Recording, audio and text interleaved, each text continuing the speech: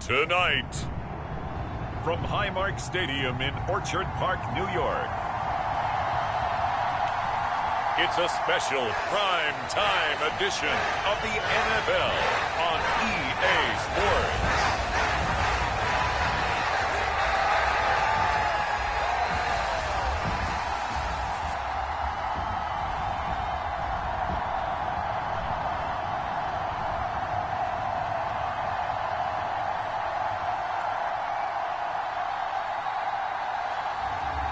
It's the Buffalo Bills taking on the Indianapolis Colts. Autumn has come to upstate New York. Fall colors abound, and we welcome you inside Highmark Stadium here in Orchard Park. Tonight we finish off Week 6 with a good Monday nighter, as it'll be the Indianapolis Colts taking on the Buffalo Bills.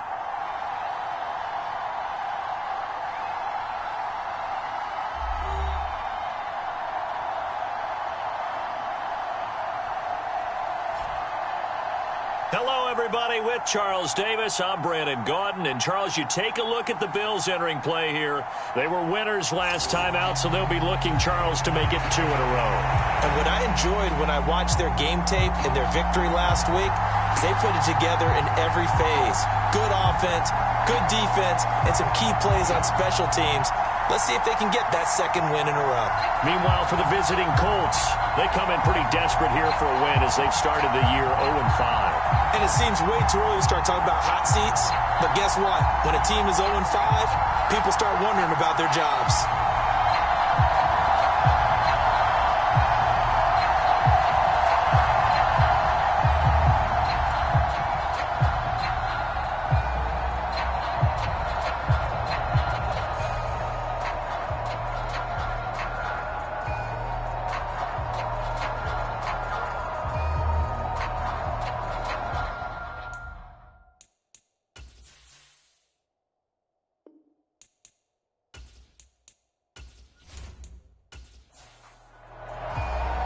And we are underway in Buffalo.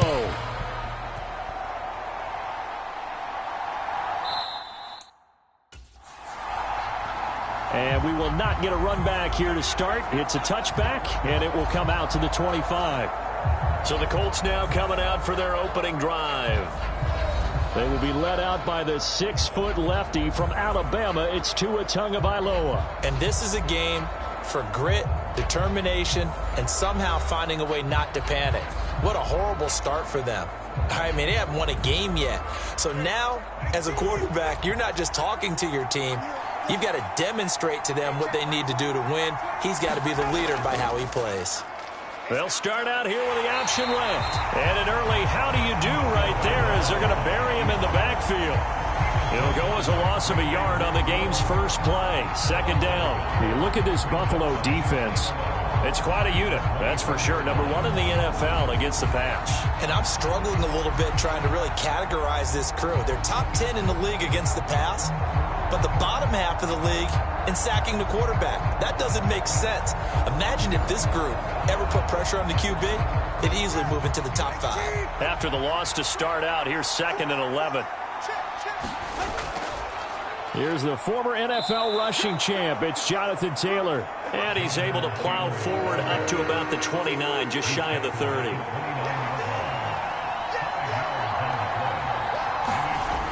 Throwing is Tagovailoa on 3rd down here. Looking left side, and he's got a man. That's Taylor. And he'll be out of bounds across the 30-yard line. A gain of 4, not enough, and it looks like punt time on their opening drive as it's 4th down. So much about offense is what you call hidden yardage. You know, you throw the ball to someone, they catch it, and then they can make a big play. You know, they create a play, run after catch. They did a really nice job there of limiting that and keeping him from a first down. Yeah, stopped him in his tracks.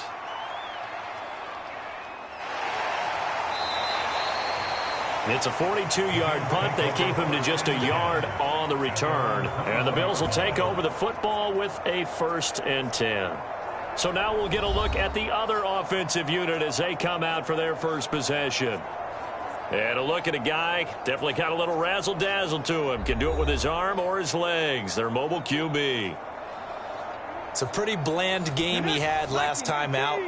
Ended up throwing one interception. Didn't have a touchdown to offset it. But the team found a way to win. He found a way to lean on other parts of the offense that carried them through. And he can't find anywhere to go with it. And he goes down. He couldn't get rid of it. He takes a sack for a loss of 6 to bring up second down. And they get to him right out of the gate. And this defense hoping that that's a harbinger of things to come. Yeah, when you give up a first-play sack, makes your quarterback wonder if he's going to go to the sidelines and talk with his offense coordinator and head coach and say, hey, you know that game plan we put together? We might need to change it right now. Work to be done here on 2nd and 16 after the sack. Now this is going to be a quarterback draw. It'll be a pickup of 15 as that'll lead to third down.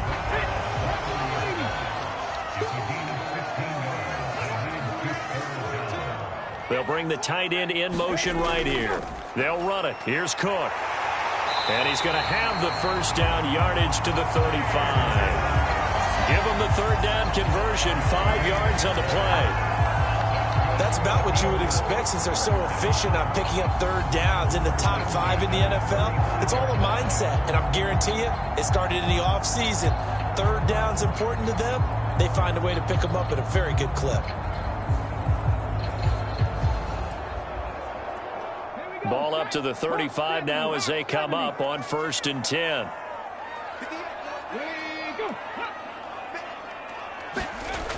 Now back to throw. And that's caught inside the 35. That goes for a gain of 31. I guess we got a good idea about what the game plan is for attacking the secondary. No beating around the bush with this curl.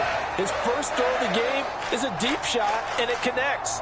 That's a tendency breaker right there because normally you build up to the big shot, but not in this case. So the big play changes the complexion of things. Here's 1st and 10 just outside the 30.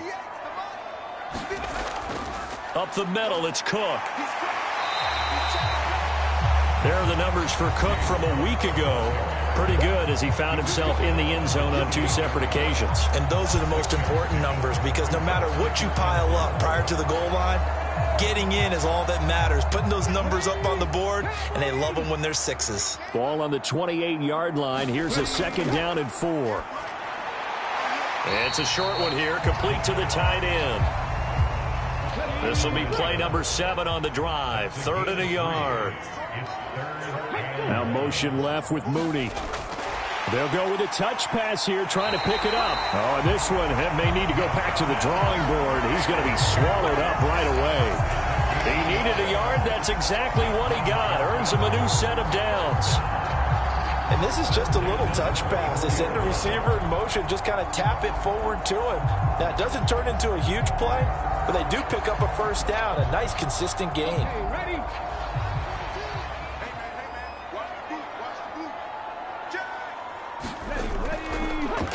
And they'll let the quarterback keep it here on 1st and 10. And they are able to stop him, but he does take it all the way to the 2. An excellent run of 22 yards on the keeper and also a first down. Well, he is certainly dangerous when he spots a lane, and he keeps it himself there. Worked out well. And how about the moving parts on a play like this? You know you have to practice it over and over because it's almost like a ballet that has to be choreographed. But how about once he made the decision to go, he committed to it and went. Let's face it, most teams are going to defend the running back much more than the quarterback on that type of a play. Cook will score. Touchdown, Buffalo. So both sides of the football contributing here early. Their defense forces the punt, and then the offense takes it down the field and punches it in on the short touchdown run. And Brandon, that's good complementary football, and that's what they're going to need if they want to get out of here victorious.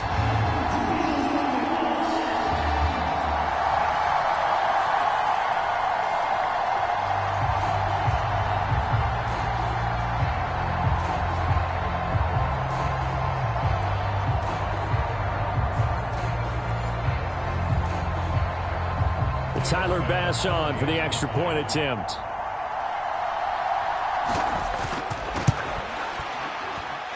And it's 7-0 Buffalo. So that drive consumes 9 plays all told. And it was James Cook capping all of that off with a touchdown run.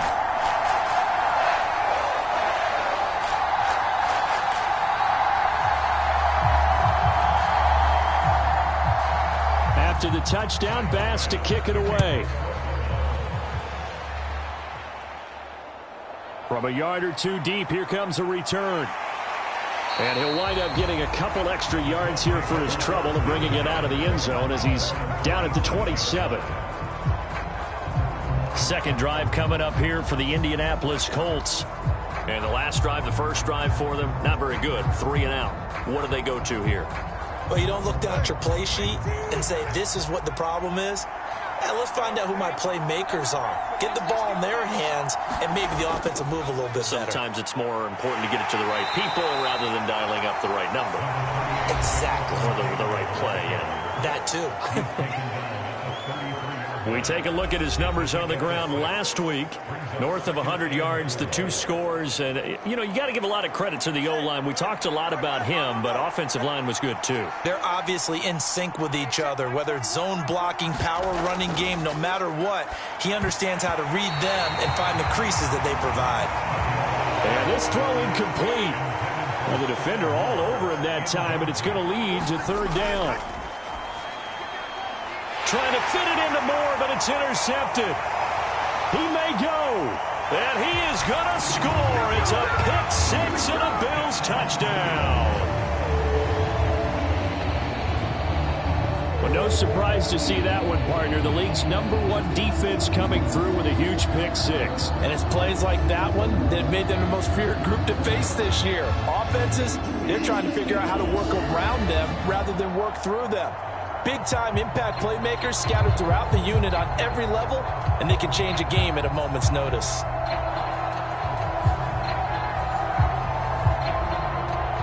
Here's Bass now for the extra point.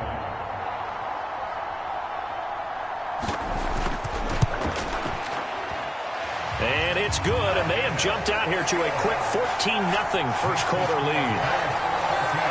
So the defense creating some points, not only getting the interception, but then returning it to the end zone for the pick 6. So they throw the pick 6. They'll get another shot at it now as this one's in the air. And he won't return this one. He'll go down to a knee, and they'll start at the 25. Here comes the Indianapolis offense now as they get set to take over. It's been an awfully slow start for them. This is their 3rd possession. They don't have a first down yet. So that means they have to change up what they're doing, and for some teams, it's a change in tempo, usually moving it to more up-tempo type of an offense just to try and change their fortunes right now. What they've been doing so far isn't working. Maybe they'll do that. They may want to go back to that one. First play of the drive, good for 15 and a first down. If you start assessing what went wrong last week, Charles, in their loss, had nothing to do with the ground game. They ran it well. And you also have to say to yourself as a team, don't go away from what worked. That's not the reason the game was lost. Running the football over time, when you do it consistently, usually translates into wins. And they're hoping to do it consistently here. So quickly all the way up at the 40-yard line. Looking to pass. Tua. He finds his man, Sky Moore. Give him a gain of 5 on the completion, and it'll be second down.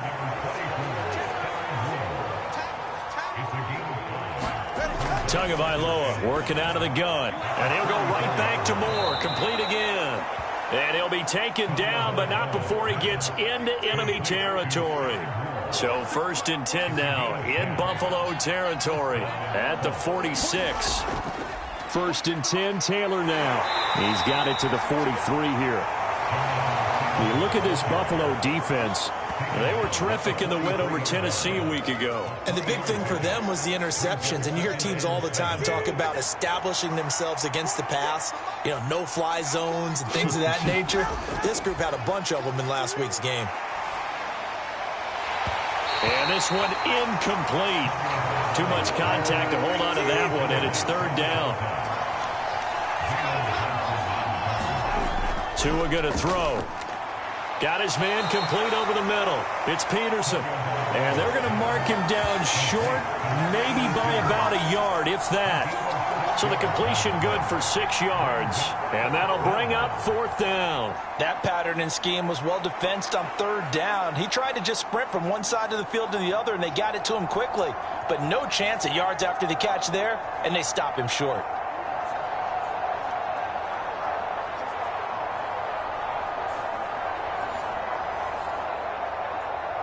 This would have been a 54-yard boot had they tried a field goal, but they will not try a field goal. They're going for it. They're going for it. Here's Tua with it. Room here to run. And all the way inside the 15 before they drop him. Not often do 4th down conversions result in 23 yards, but that's the case here. 1st down. They only needed that 1 yard going for it on 4th. I got to be honest. I thought they were going to stay on the ground. They surprised me. Did they surprise you? I'm with you on that one. I thought they'd find a way to create some type of a power run and try and pick up the 1st down, but they decided to keep the ball in the hands of the guy who could throw it, and it paid off. Yeah, the decision paid off indeed. Setting to throw on 1st down is Tua. Got his tight end. That's complete. That's Peterson. And the Colts are going to have a 1st and goal coming up as the tackle made at the 3-yard line. You can almost hear the sigh of relief coming from their sideline and from their point on the field, because this has been a tough start for them thus far. A much-needed 1st down there. They needed something good to happen. Plays like that will continue to help them dig out of this hole. Throw taken in by Taylor, left side. And he's going to be taken down, but there's a penalty flag in the backfield. Is this a hold, or did they rough the quarterback? So a critical mistake, roughing the passer. Now it's 1st and goal. Taylor.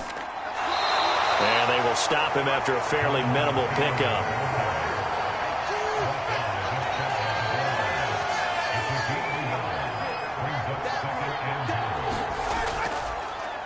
Tua going to try and run. And he takes it in for a Colts score.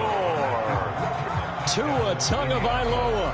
His 3rd touchdown now on the year. And the Colts have cut it back within a score. Well, I'd have to say that for him, that was an all-encompassing drive, because it was his arm that got his team down to that point, but his legs that finished the deal. Give him credit for making it happen.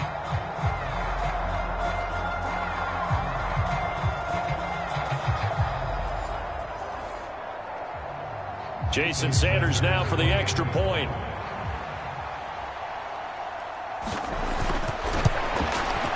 And that one makes it 14-7. So that one a pretty time-consuming 10-play drive. And it was Tua Tagovailoa who called his own number and finished it off with the touchdown run.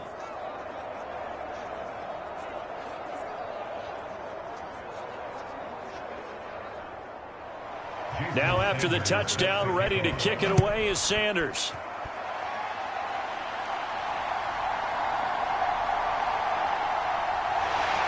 And a nice return sets him up pretty good here right at the 30-yard line. So here come the Bills out for their 2nd drive. 3-2, their record through the first 5 games of the year as they got the victory last week. It's still early, just October, but what have you seen from these guys so far? Well, what I've seen is a team that's still figuring out all their pieces, because they've got some new faces from a year ago, add in some new draft picks. Sometimes it takes a month or so before you really start to gel as a team, and for those players to figure out their roles. But right now, I see them starting to elevate. Call that a very strong gain of 24. Well, that certainly has to feel good. It's not all the time that the play caller should get all the credit. Sometimes I think in the huddle, the quarterback just says, hey, who's going to make a play for me? I just need something right here. And the end result there, nice 1st down. Drive keeps moving.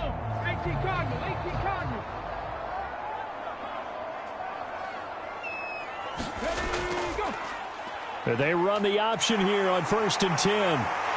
On a nice burst there as he'll take this inside the 30 to the 28-yard line.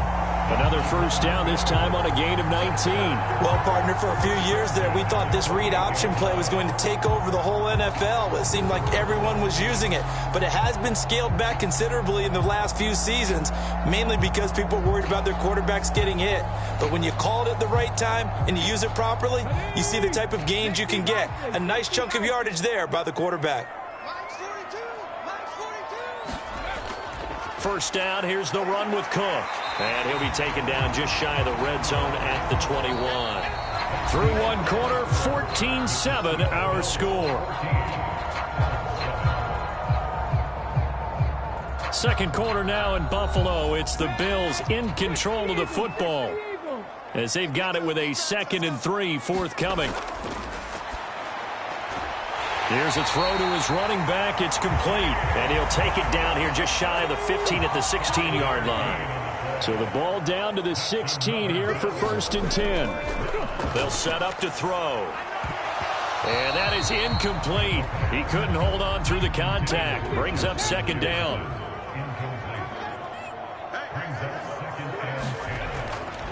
They'll set up a throw. Toward the back corner of the end zone, but he could not get the feet down. This will wind up incomplete. Again, he'll drop to throw.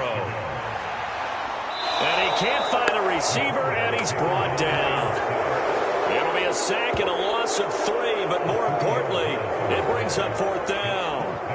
So this defense, they gave up some yards on this drive, but bottom line, they came up with a sack when it mattered. And we know that every down counts, but let's be honest about it. People focus on 3rd down as a real key down in any drive, any situation, and they took full advantage of 3rd down there and made a play.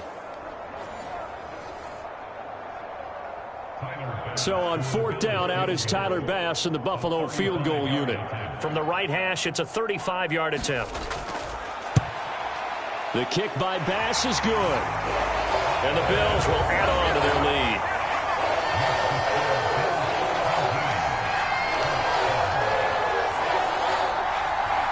So no problems at all on that one. And you know, there's virtually no wind. This is a kicker's dream here tonight. It absolutely is, isn't it? So to me, with no wind, it should be a passer's dream as well, right? But in this case, the defense held out. They had to force the field goal. And up to about the 26-yard line, just across the 25. Indy set to go on offense once more. They find themselves down 17-7 as they start this drive, 1st and 10.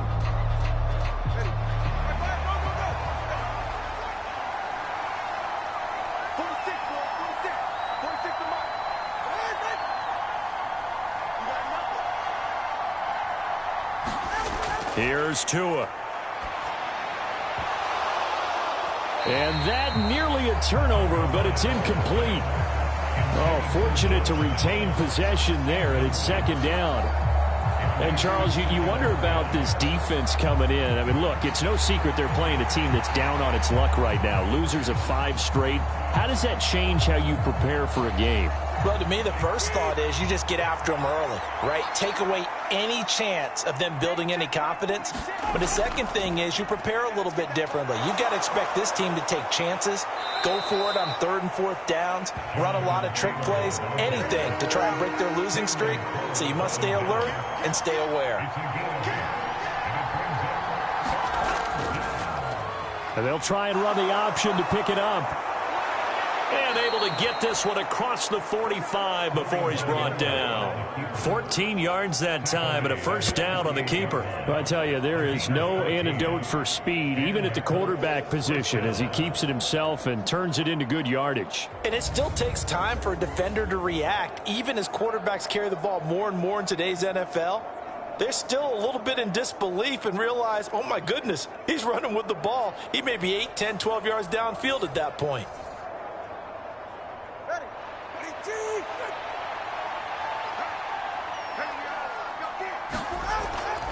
Oh, the option to give to Taylor here. And this one goes nowhere. Losing yardage on the play back at the 46. 2 yards the loss, 2nd and 12. And this really is a good defense because what they've done is focus on stopping the running game and being physical against it. And the numbers, they really bear that out. They're currently 5th in the National Football League in rushing defense.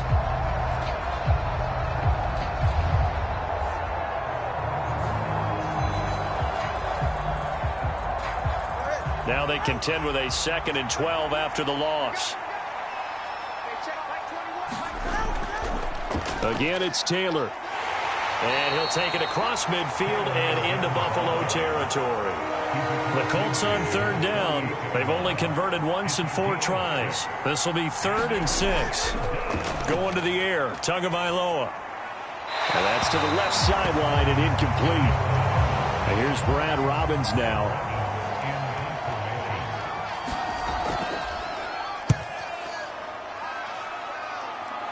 And this is going to be ruled out, I think, just inside the 20. Yes, it will. Side judge calls it at the 19-yard line.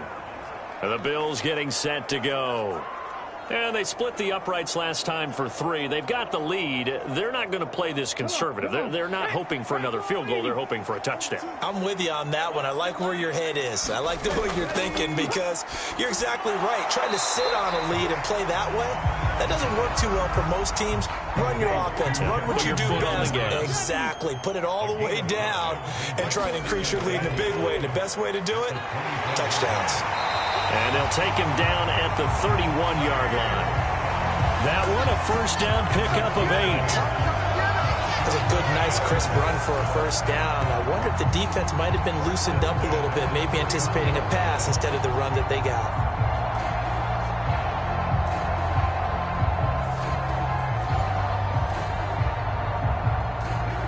Line of scrimmage, the 31 now on 1st and 10. Diggs in motion right. They run again on 1st down. Cook. It's a 6-yard gain on the ground, and that'll make it 2nd and 4.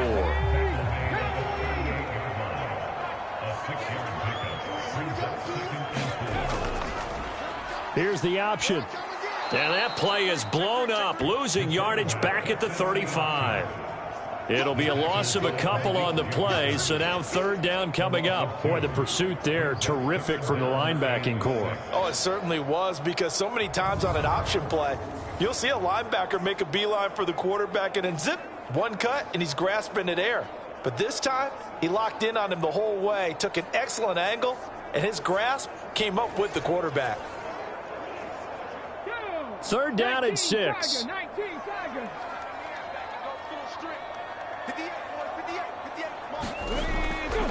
Now Cook, he's got it off the draw. And unable to get downhill there as he'll take this up to about the 37. Just a gain of 2 there, and it's going to bring up a 4th down.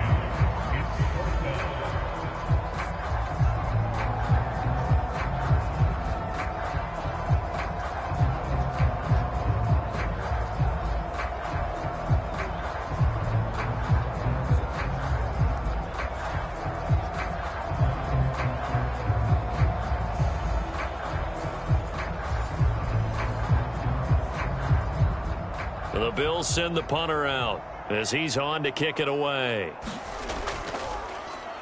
They only punted twice in the win last week as he gets this one away. And a fair catch signaled for and taken at about the 18-yard line. A 40-yard punt, no return. And the Colts will go on offense here, 1st and 10. And now Indianapolis set to take the field. Over on the sideline, hoping to hit that reset button between possessions. Last time out, they had to punt it away. This time hoping to finish this thing off in the end zone. They'll start with the option. And he'll take this up only to about his 18-yard line. 2nd and 9. From the gun, it's Tua. Got a man over the middle, and it's complete. And way up past the 35 before he's taken down. First time that they called his number tonight, and it gets him a first down. Brandon, what's even more impressive is that came against double coverage. He gashed them with that reception, even with the extra focus that he drew from the defense.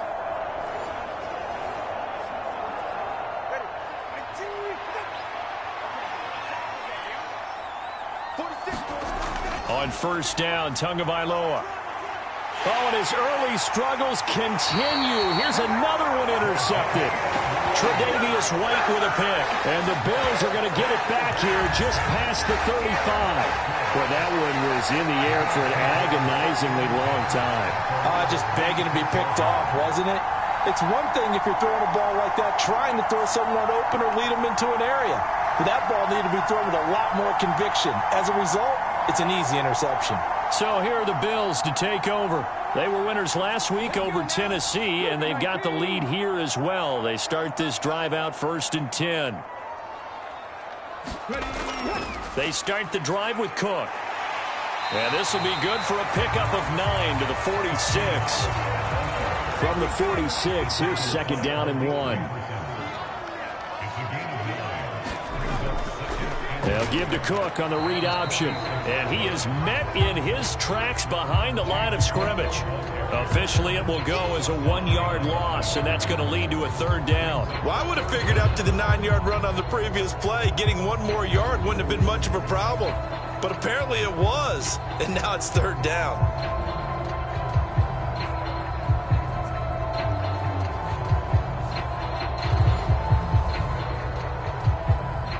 A yard, all they need, but it's 3rd down. He'll drop to throw. He's got his target. That's complete.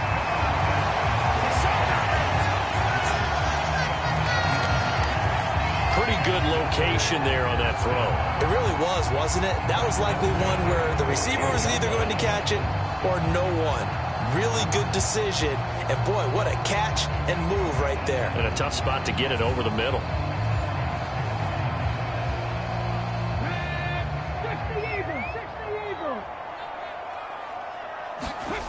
Back to throw now on 1st down. His throw incomplete. Now a 2nd and 10.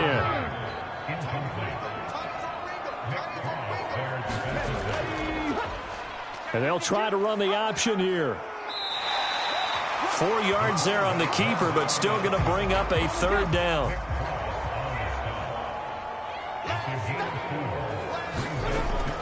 Now a shotgun snap as they'll look to throw. And he's going to have to eat this one as down he goes. And that'll bring up 4th down on the big sack with a loss of 5. Are you seeing what I'm seeing? That's 3 sacks now, and this team came into the game in the bottom 5 in the league in sacks. Yeah, What's going on? It's not been their bread and butter. I don't know. Is a blind squirrel finding a nut, or is this something they can build on? Well, they found some momentum. They found a crack in that offensive line, and they're putting it to good use. The Bills send the punter out. He'll boot it away from about his 35. This is away, but boy, headed straight for the sidelines. Now this is going to work out well as it's out of bounds near the 13-yard line. Indianapolis offense ready to go again. So now, Charles, this drive maybe a touch more important, trying to erase the memory of that interception they had the last time out. Yeah, and everyone goes through this because even the best in the game, you're going to have games where it just doesn't go right for you and interceptions result. So frankly, to me, it's all about how you respond, not just the types of plays that you call, but how you carry yourself, how you show your team that you're still with it, and how you continue to lead. Here's 2nd and 3.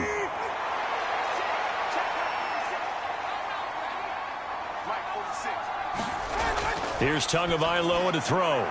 Quick hitter here, it's complete. 7 yards there and a 1st down. Two are going to try and go quickly here. And this will be incomplete. Physical play on the football there, and it's 2nd down. And that's one of those plays where it's hard to keep 2 eyes on the football when you know the contact's coming, let alone getting 2 hands around it, hugging it to your body, and absorbing the hit, even for those big tight ends who you would think could absorb that contact. Back to the air on 2nd down, Tagovailoa. And he comes back with one complete. He'll be hit down at the 33, 5 yards on the play.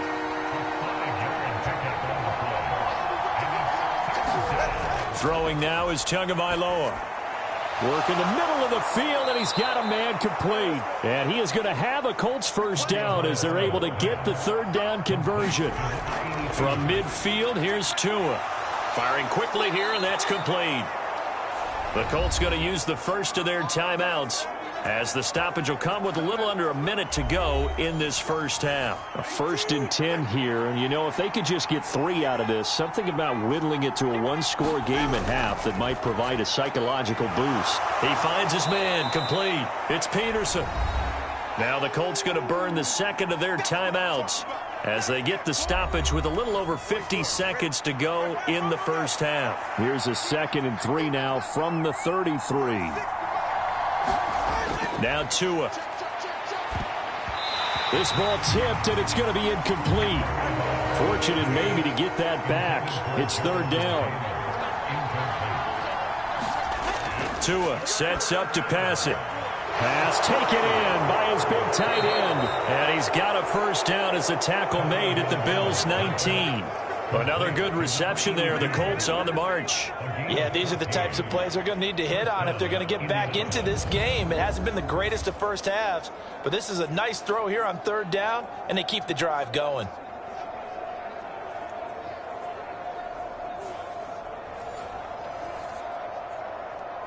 So here's a 1st and 10 now down inside the 20. They'll look to throw again. And a quick throw here, that's complete. And brought down, but not before they get it inside the 10 to the 7. Now the Colts will use their 3rd and final timeout as they'll stop it with 13 seconds to play in half number 1. 1st and goal, and they got to be thinking a chance to get right back into this football game. They'll stick with the passing game as he looks to throw. Oh, and Tua going to be intercepted for the 3rd time. Picked off by Jalen Johnson. And he is going to score. It's a pick 6 and a Bills touchdown. The mistakes continuing to pile up, and it looked like they were going to be able to eat into that deficit. Instead, now the deficit is even larger. Yeah, they were on a march with a chance to get back within a score, but now that deficit continues to grow.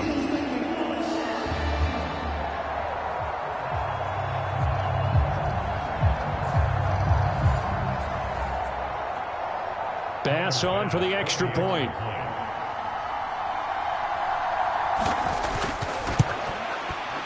And that'll make this a 3-score game as the lead moves to 17. A heck of a play there defensively, getting the interception, navigating his way into the end zone for the touchdown. So still time for the kickoff here. 1 second to go in the half as this one is away.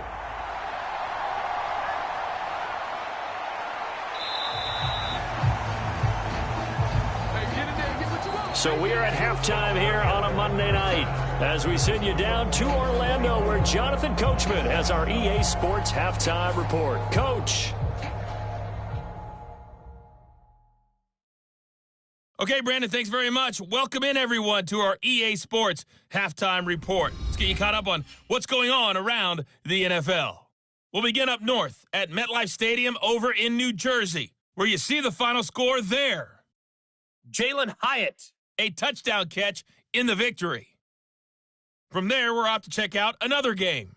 And they were losers in that one as they fall to the visiting Denver Broncos. Javonte Williams, well over 100 yards rushing with a touchdown run as well.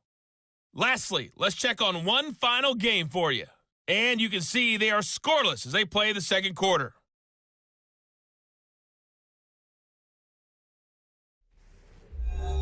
We saw some strong work from James Cook in that first half. He wound up finding the end zone on a touchdown run to help give his guys the advantage here at the break.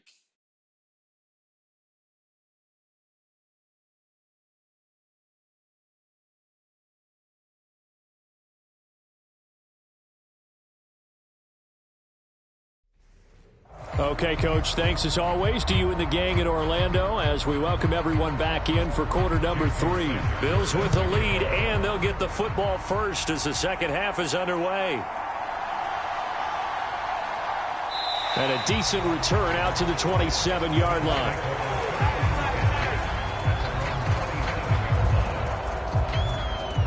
Out Out come the Bills now as they'll go on offense first here in this third quarter.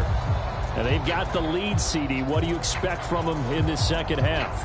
Well, I like what they were able to do on the ground in the first half because they had a lot of success running the ball, and I certainly think we'll see more of that. But I'd keep an eye on that defense, and I think their coaches up in the box will do the exact same thing. If they start to see one or two guys start to creep towards the line of scrimmage, that'll be licensed to take some shots downfield. No gain on the play. It'll be second down.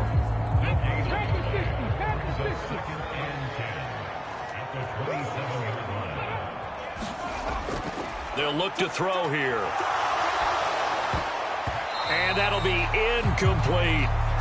They had the incomplete pass on second down. Now they need a big play here, 3rd and 10. They're going to look to throw. Able to find the open man. That's complete. And he'll be taken down, but not before they reach the 50. 23 yards, the final tally. And that was good protection there. No, that was great protection there because it allowed him to lock in on his receiver. Although I think he was looking for his tight end on the corner route all the way. Nice connection there for a really nice gain.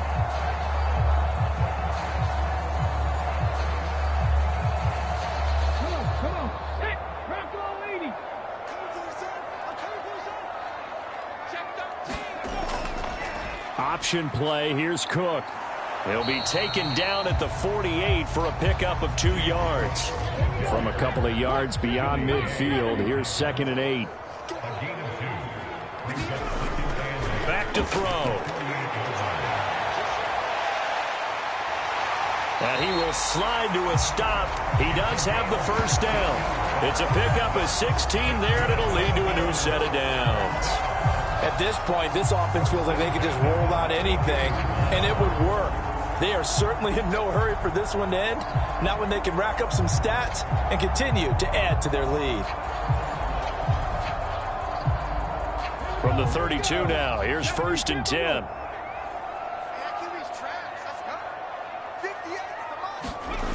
Back to throw here. And he's got this down almost to the 20 before he's dropped. Give him 10 that time, escaping the danger, running with it, and picking up a first down.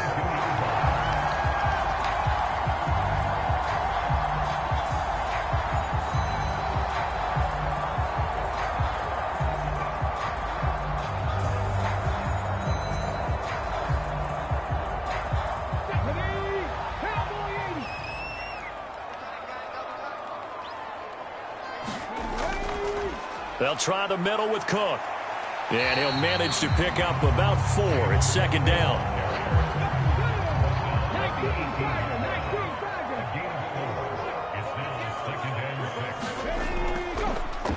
Here's Cook again. And he's brought down just outside of the 10 at the 11. That one a first down pickup of 8. Well, lots of praise on this drive, obviously. I know you're seeing what I'm seeing. Those guys up front, they're getting it done. Doesn't matter what play is called. They are handling their business at the line of scrimmage and dominating right now on this drive. Now we're 1st and 10 at the 11.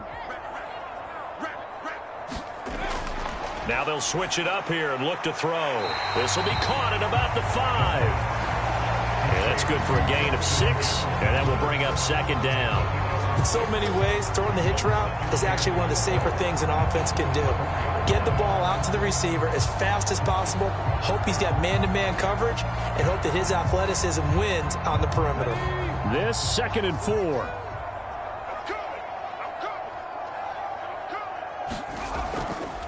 They'll run with a former member of the Crimson Tide, Damian Harris. And he takes it in across the chalk for a Bills touchdown.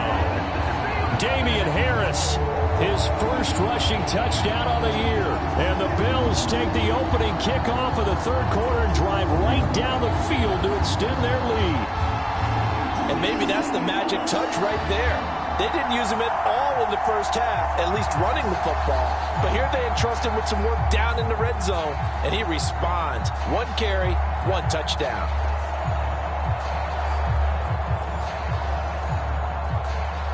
Tyler Bass now for the point after.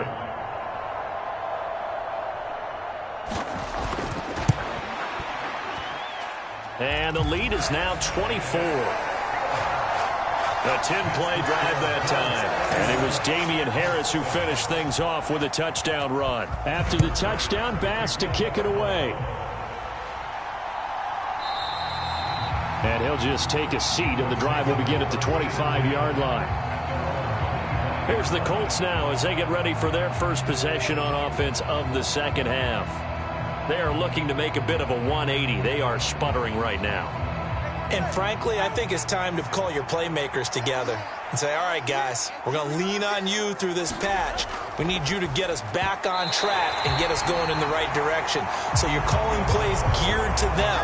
Not necessarily when you look at your plays, oh, this hurts the defense. I want the ball in the hands of X, Y, and Z and see if we can move forward. So don't get too cute. Go to the playmakers.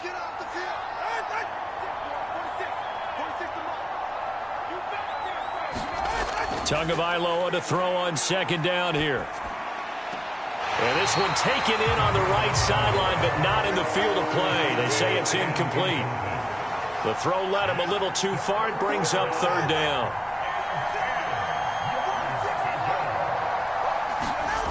On third down, he'll drop to throw.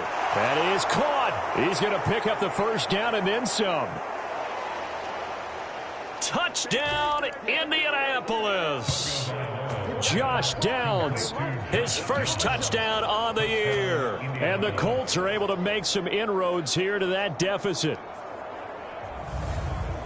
Well, if they're going to make a game of this in the second half, they need a few big plays to go their way. That's one. And the way to get it done is to also conserve time. So to your point, that big play right there, now you're not moving the ball downfield, taking time off the clock. You're leaving yourself a better avenue to continue to try and make a comeback. And now the Colts are going to keep the offense on the field as they'll go for two here. The two are going to try and throw for it. And unable to connect. They don't get the two-point conversion here. I don't know about you, but I can't wait for a few years of two-point tries and see what the data tells us, because a lot of teams want to throw the ball in this situation, this time unsuccessfully. I just wonder if maybe running the ball might be the way to go. With it moved up from the 3 to the 2, you would think maybe a few more attempts at running. I think stats over time may bear out that running the ball will at least be the equal of throwing it in that situation. This taken in at the goal line.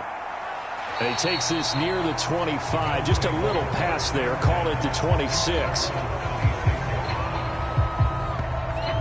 Here's the Buffalo offense now as they get set to take over here. That last drive, it was a good mix. Run, pass, defense on their toes. And what really helps out in a big way is when you're doing the run-pass mix and everything's working, that means that they're guessing wrong every time on defense. They think you're going to pass when you run and vice versa. I would continue that, and when they finally draw a bead on you, maybe you mix it up a little bit, a little play action and throw the ball. And will they maintain that balance? Time to find out. On first down, he'll drop to throw. The throw out wide going to be incomplete. Here's 2nd and 10.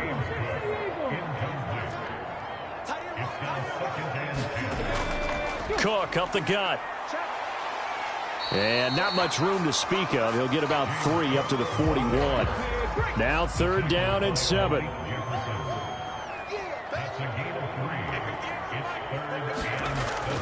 They'll drop to throw. Setting up the screen for Cook. And he'll take this to the other side of midfield before going out of bounds. 11 yards and a Buffalo first down. Let's give a little credit there. The offensive play caller, since that the screen pass was available, whenever you're getting a lot of heavy pressure towards your quarterback, that's when you're thinking about running the screen and using that pressure against the defense. And it worked very well there for a first down. 77 yards for him on the ground now. He has been a tough man to bring down all night. Seemed like a couple sets of eyes were on the quarterback, so he decided, hey, I'm going to hand this off. Got a good gain out of it. And you know you need good blocking up front in order to gain yardage, but every one of these RPOs, if you do it right and they look the same, whether it's handed off inside or the quarterback keeps it, that allows you to fool the defense so often. And in this case, fooled them with the inside run. From the 32 now, here's 1st and 10. Now they'll try and set up the quarterback draw here. And only able to get 2 here. Stopped at the 30. This is 2nd and 8. He'll look to throw. He will find Davis. That's complete. And he'll lose yardage. Brought down at the 32. They give those 2 yards right back, and now they're looking at a 3rd and 10. They threw the screen to the perimeter, but to no benefit at all. Tackled behind the line of scrimmage for a loss of yardage.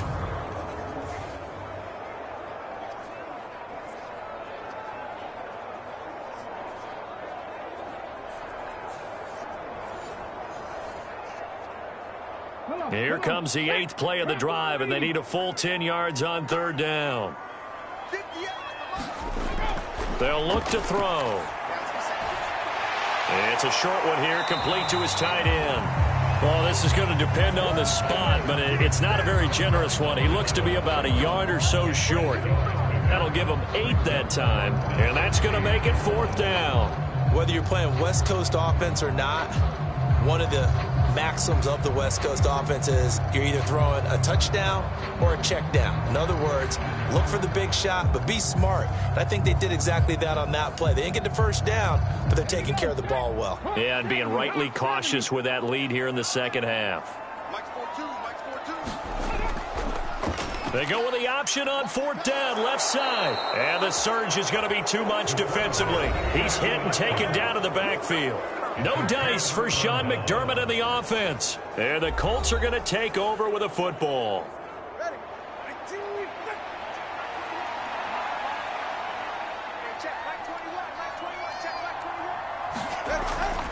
They'll run with Taylor to begin the drive. 5 yards on the carry. Good pickup on 1st down. 2nd and 5. Out of the gun. They'll look to throw. He finds his man. Complete. It's Peterson. And they get him down, but not before he takes it across the 40-yard line. That'll put him at 66 receiving yards now for the game, and he's got a 1st down. I like how they work the tight end on a nice little under route there, and if you're going to give him that much space, he's not going to catch the football. He's going to run away from you a little bit, and that's exactly what he just did there, picking up extra yardage. 2 and now on 1st down. That's caught by his tight end, Foster Moreau. That's good. The completion there for 7 yards, and that'll make it 2nd down. Well, it certainly feels like there are more stars at the tight end position than there were even 10 years ago. And I think it's become more of a glamour position because of the ways it can hurt a defense, and guys want to be involved. They can be in line, close to the line of scrimmage. They can split out like receivers. But hands, route running, speed, and some toughness to go across the middle, you put it all together, you got a heck of a tight end candidate. I like the idea to mix it up from time to time because, let's face it, you can't be predictable. But the execution was a little lacking on this one, right? They might want to go back to the drawing board with that call.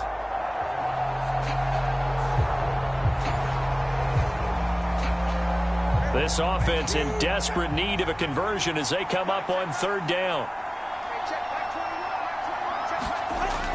He'll look to throw. Over the middle, complete. It's Peterson. And he is going to have a Colts 1st down as they're able to get the 3rd down conversion. That was a route run not just with dexterity, but with intelligence. Found the hole in the zone, made sure the quarterback saw him, and was able to make the sure catch and flip the down marker back to 1.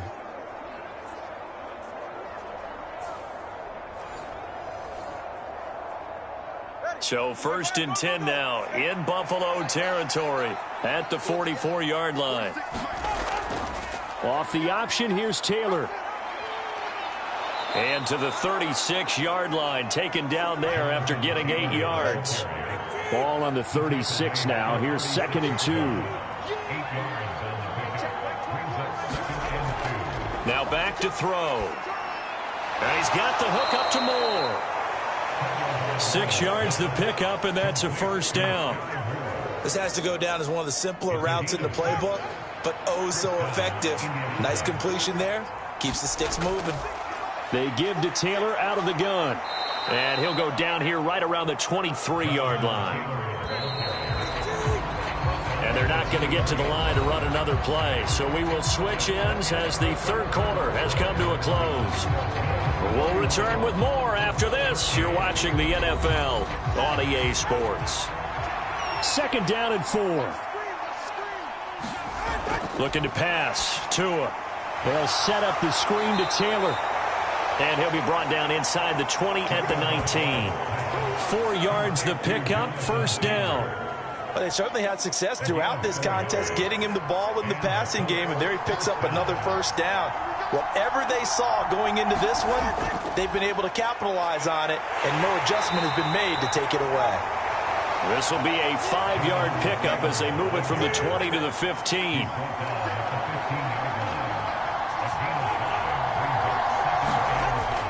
Second down, another run with Taylor. And here he'll get it down to the 7.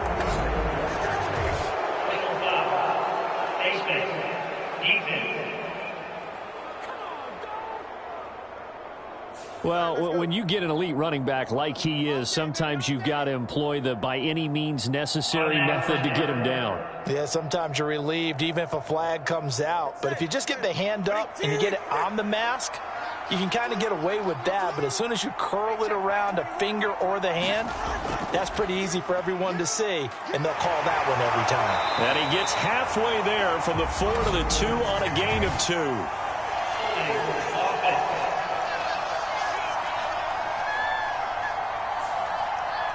A terrible spot for a holding call as they'll try again, but now from further back on 1st and goal. And they'll run it here. Looking for a cutback lane, but nothing there as he's met at the line of scrimmage.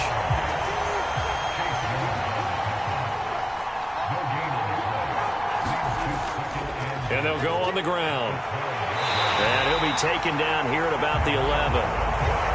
The 2nd down play, not much better than the 1st, just a gain of 1 there. 2 now, 3rd and goal. And he fends him off, but he can't get away forever, and down he goes. Finally hauled down for the first time this game. Multiple defenders in there to drop him. You can almost see all the defenders rubbing their hands together with glee because we all know they relish the chance to bring down a quarterback of his caliber. Anyone who brings him down has plenty to talk about. Not just a sack, but a big win built off the efforts of this defense.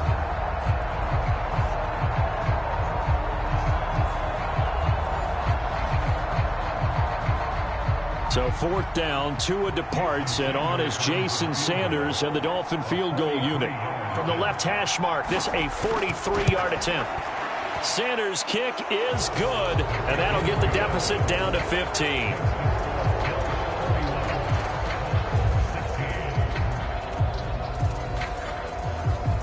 Well, with that field goal, you can argue they needed to get back within 2 scores, and they did indeed do that, but still a pretty uphill battle. Still going to take 2 fourth-quarter touchdowns to get back into it.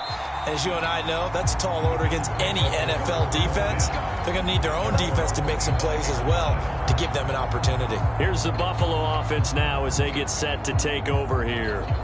Now, there are 2 scores on the plus side. Still time here in this 4th quarter, but maybe you start thinking about playing keep away? Yeah, I think here's the situation. You're not thinking touchdowns anymore. You're just thinking 1st downs. To keep up with your theme there, playing keep away, 1st downs, they can't touch the ball. And that one drops down, incomplete. Good coverage there, forced the ball free, and it's 2nd down. Looking to throw. And he can't get rid of it. He's taken down. It'll be a loss of only a couple on the sack, but now it'll bring up 3rd down. Well, it's been a little bit of feast or famine because he's thrown for decent yardage, and obviously they've got the lead, Charles, but now he's been sacked 4 times. And what I'm focusing on is his toughness in the pocket. Because you mentioned the feast or famine part, he's played well in between being dumped on his back. But every time he's had a chance to throw the football, he's been impressive.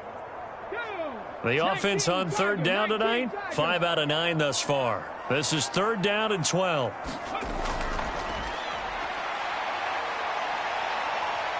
And he'll protect himself at the end here as he winds up getting pretty decent yardage.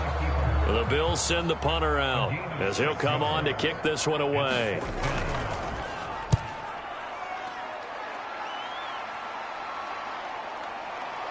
Oh, a heck of a move. Man, A 40-yard punt, 5 yards on the return. And they will take over 1st and 10.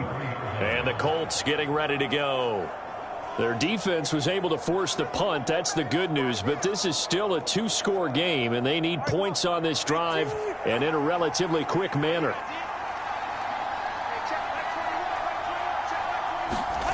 Here's Tagovailoa on 1st and 10. And his throw is incomplete. I think he's got to be careful not to force anything into coverage right there. There weren't really any throwing lanes. But the best part for him, he's got 2nd and 3rd down to fall back on. On 2nd down, Tua. Oh, and that is incomplete. Going for the knockout blow right there. I think if I'm up 2 scores, I'd be worried about an interception. But playing this way is what got him this lead. So you may as well ride it out to the end. Throwing is Tagovailoa on 3rd down here. And for the 4th time tonight, it's an interception. Ja'Cory Bennett has it. And the Bills are going to take possession as they've got it at the 42-yard line. This spot in the 4th quarter with that deficit had to throw the football. Unfortunately, there's the risk of big turnover.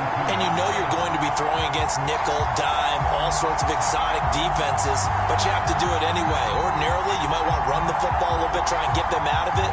But as you noted, this time of the game, this point on the clock, had to throw it. So good field position for the Bills as they come up 1st and 10 at their own 42.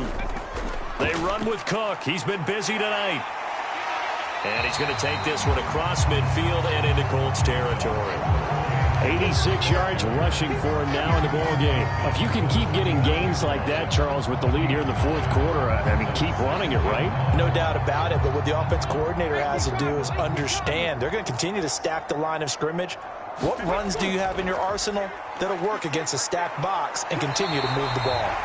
And he'll get it down to the 47 here. Good shot.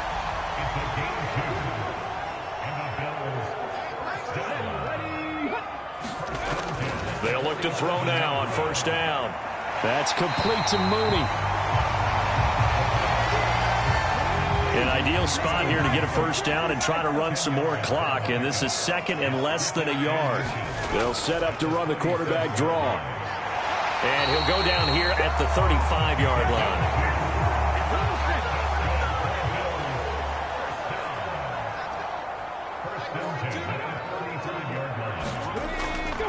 From the gun, it's a give to Cook. And the second wave of tacklers is going to get him as they stop him behind the line.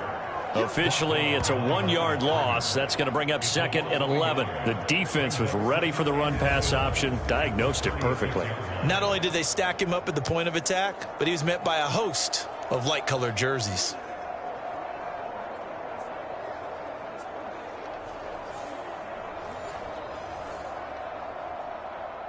If nothing else, they've already taken a couple minutes off the clock here already as they come up 2nd down.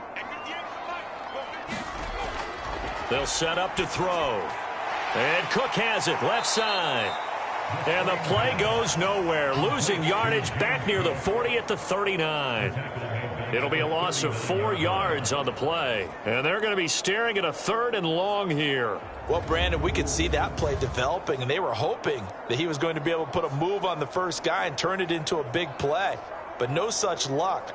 The speed on defense continues to get better and better in the NFL. Pretty nice example there of those guys being able to run from their assignments and finish off that play. Now on 3rd and long, they'll look to throw. Right back to Cook for another completion. And he'll be brought down at the 34, well short of the 1st down marker. That one good for only 6, and it leaves him with a 4th down. Well, that's certainly playing down and distance very well by the defense, isn't it? Take whatever you want underneath, by all means.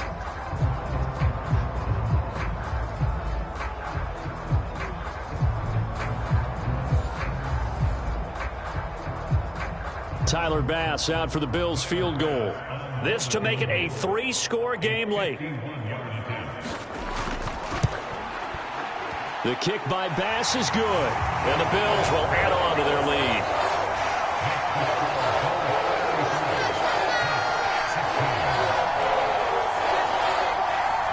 So that almost certainly the final piece to this puzzle, a 3-score lead. I don't think there's any coming back from there. Well, you know, normally I'd get on you for giving up on the game right here, but I do think you're right in this case. This late in the game, 2 scores is tough enough. 3, I'm with you. That seems out of the question.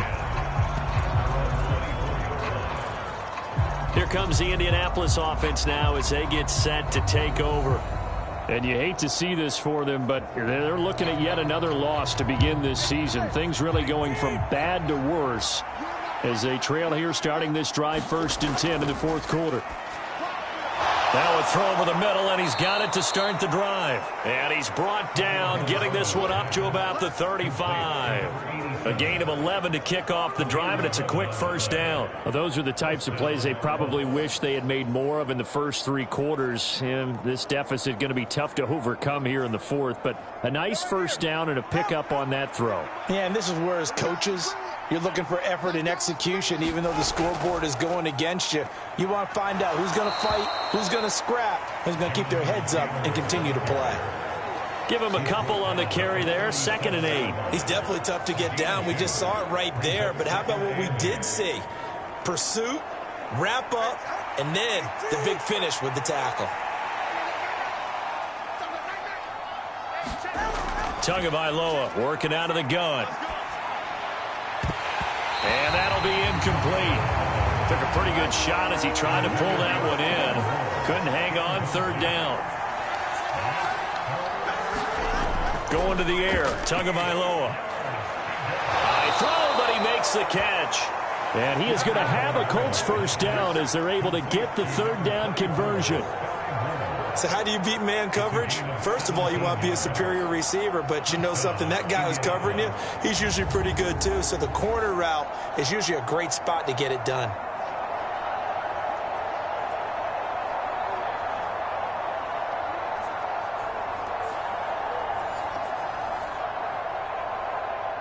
So 1st and 10 now in Buffalo territory at the 46. Here's Tua. And that's going to be incomplete. Too tough to hold on to that one. It's 2nd down.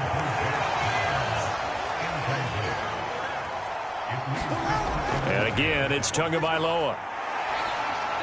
On the throw, let him too much that time. It's incomplete. Here comes the 7th play now of this drive as this is 3rd and 10. On the draw is Taylor. And he is not going anywhere. He will not even get back to the line of scrimmage as the clock will stop at the 2-minute warning. He lost 2, and it brings up 4th.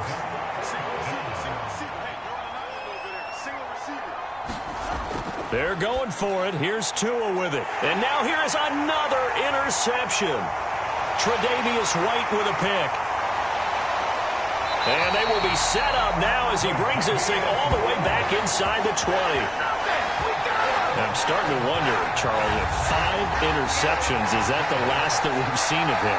Well, I think that a lot of people hope that's the last they've seen of him in this game, probably including himself. If this were baseball, the manager would have been at the mound already and asked for the ball, and he'd be in there getting a shower. But in football, you might have to go stand on the sideline and watch the rest of it and see if your backup can do any better.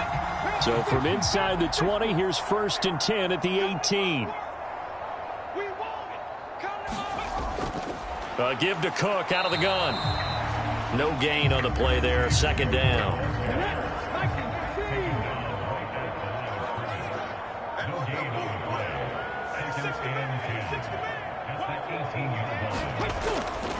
They run it again with Cook. And he'll go down here at the 12-yard line. 93 yards rushing for him now to this point. I like it. I like the call. Still an opportunity to run the football and chew up a little more time off the clock.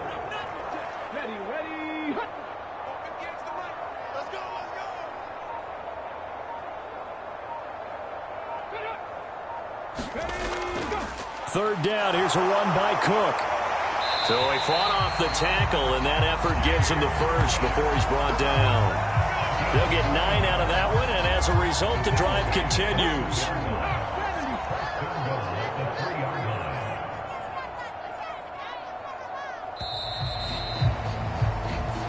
So it's a victory here for the Buffalo Bills. And we talk so much about the turnover battle, determining who wins, who loses. This game, no exception. Error-free football, no turnovers at all, and they win it. So this is one you don't have to convince your team that what you're saying is accurate. And you know what I'm talking about. Head coach always stands up in front of the team and says, guys, if we do this, this, and this, we'll win. And usually they say if we win the turnover battle, we'll win. Well, here's the proof right there. Win the turnover battle. Go on to victory. Now the guys believe. You move on to the next lesson where you have to convince them. This one is now planted.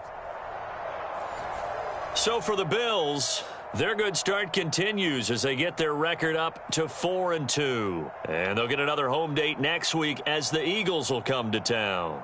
Meanwhile, for the Colts, the downward spiral continues as they drop to 0-6 now. And they'll get a chance to redeem themselves at home next week. Thanks for tuning in, everybody. Alongside Charles Davis, we thank our entire crew. I'm Brandon Gaudin. This is the NFL on EA Sports.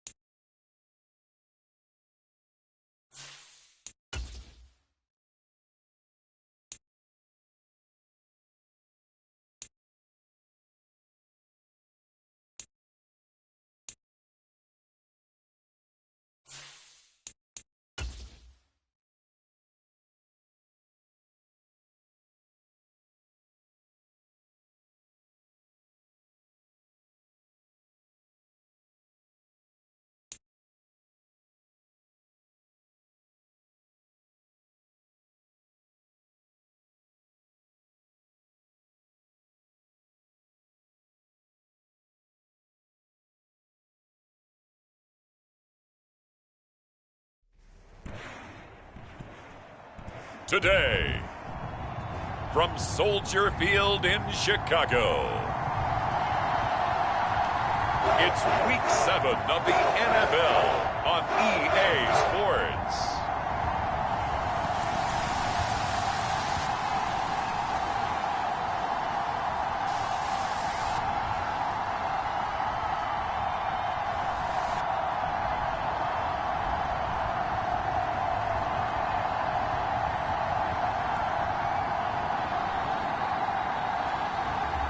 It's the Chicago Bears taking on the Dallas Cowboys. They say summer is the time to live in Chicago. Well, that's extended into autumn as we are ready to roll under blue skies at Soldier Field. Today, boy, what a matchup. Two NFL franchises with so much history, so much tradition, getting set to do battle here, as it'll be the Dallas Cowboys taking on the Chicago Bears.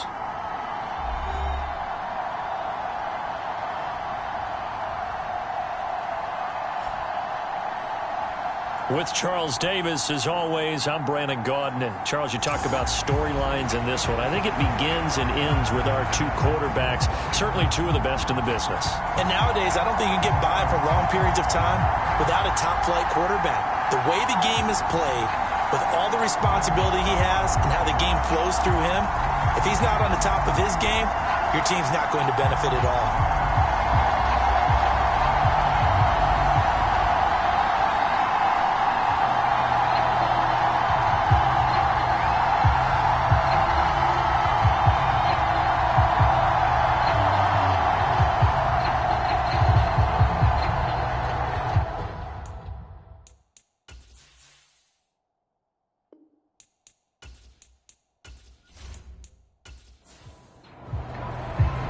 Getting toward the halfway point of the NFL season, Week 7 is underway on EA Sports.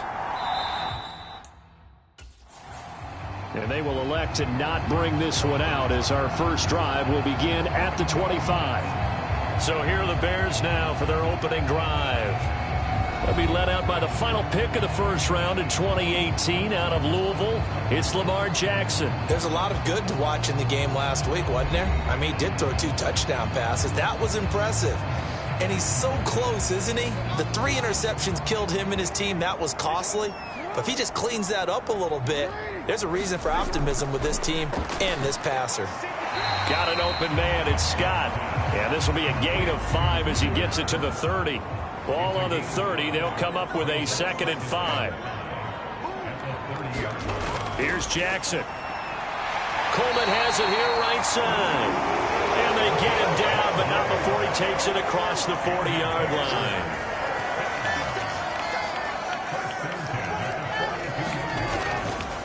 They'll run for the first time with Johnson. And not much there at all. Maybe a yard up to the 43. Now 2nd and 9.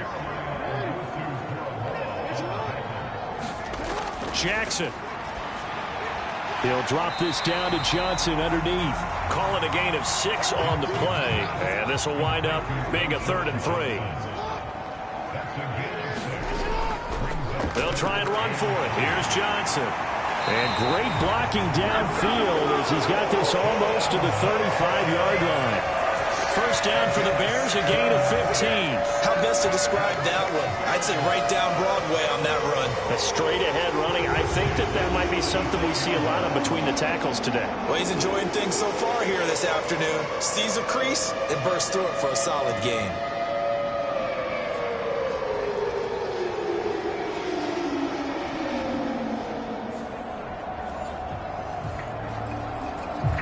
So from Cowboy territory now, here's 1st and 10 at the 36. Jackson. And that is incomplete. He couldn't hold on through the contact. Brings up 2nd down.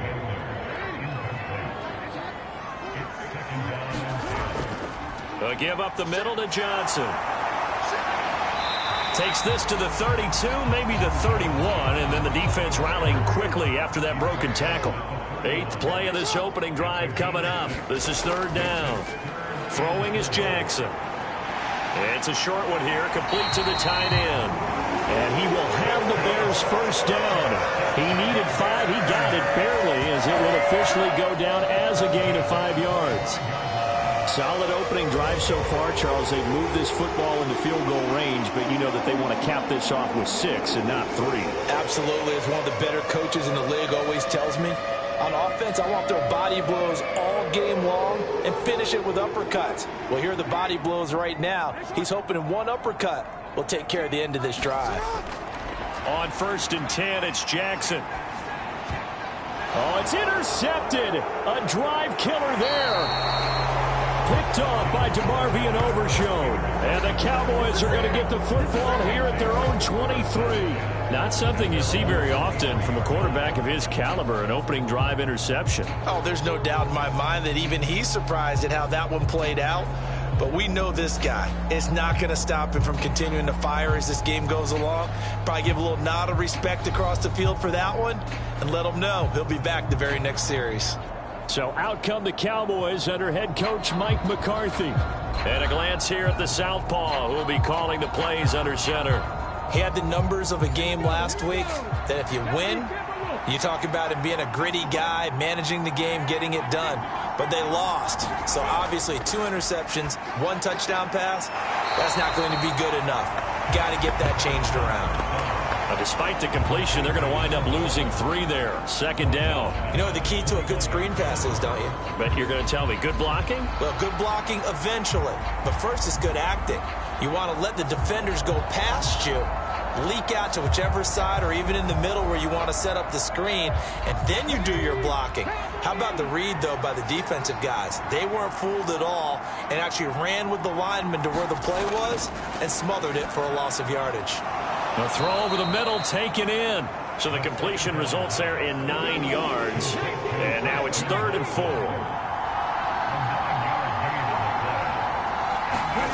He'll drop to throw. He's got his target. That's complete. And he will have a Cowboys first down as they're able to get the 3rd down conversion. After getting that turnover on the first drive of the game, you'd hate to just stall out the momentum, go 3 and out. They're able to avoid that there. And we talk about complementary football all the time, but I think it's a little bit deeper than that. Defense went out, forced a turnover, gave the ball to the offense. It's now the offense's responsibility to pay that off for them, to show respect to them. Hey, you guys got a turnover? We appreciate it. They want to continue their drive. They go play action here on 1st down. Give him a couple on the scramble. It's 2nd down.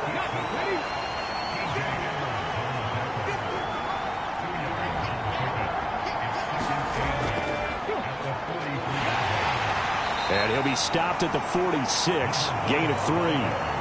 Here is 3rd and 5.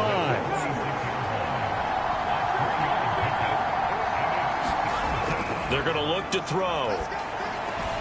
Open man is Kyle Pitts, his tight end.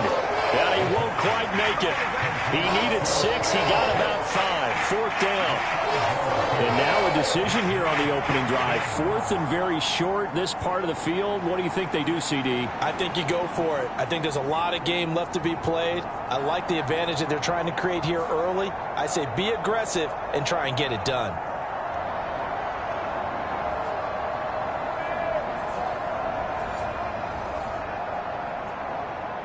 On 4th down, Ryan Stonehouse on to punt. He punted 3 times in the loss last week as he sends this one away. And that'll hit in the end zone. Much too much leg there. That'll be a touchback. Chicago works their way back onto the field here for their 2nd drive of the game. And they were intercepted the first time they had the football, but now they get it back, and it's still 0-0. And because of that, you know what the thought process is? Interception. What interception? It didn't really happen because they gave up no points. So go back on the attack. Go back and run the offense you believe will be successful. Find your playmakers and give them the football. And he is brought down at the 22 after a gain of 2, and it brings up 2nd down. Off the play fake, here's Jackson. Being chased out left. And Jackson's so tough to stop. He's got a first down, and he gives himself up there at the end. 9 yards that time. He was certainly quick to atone for his early game interception. Instead of making another mistake forcing something, he reset himself and found a lane to pick up the first down.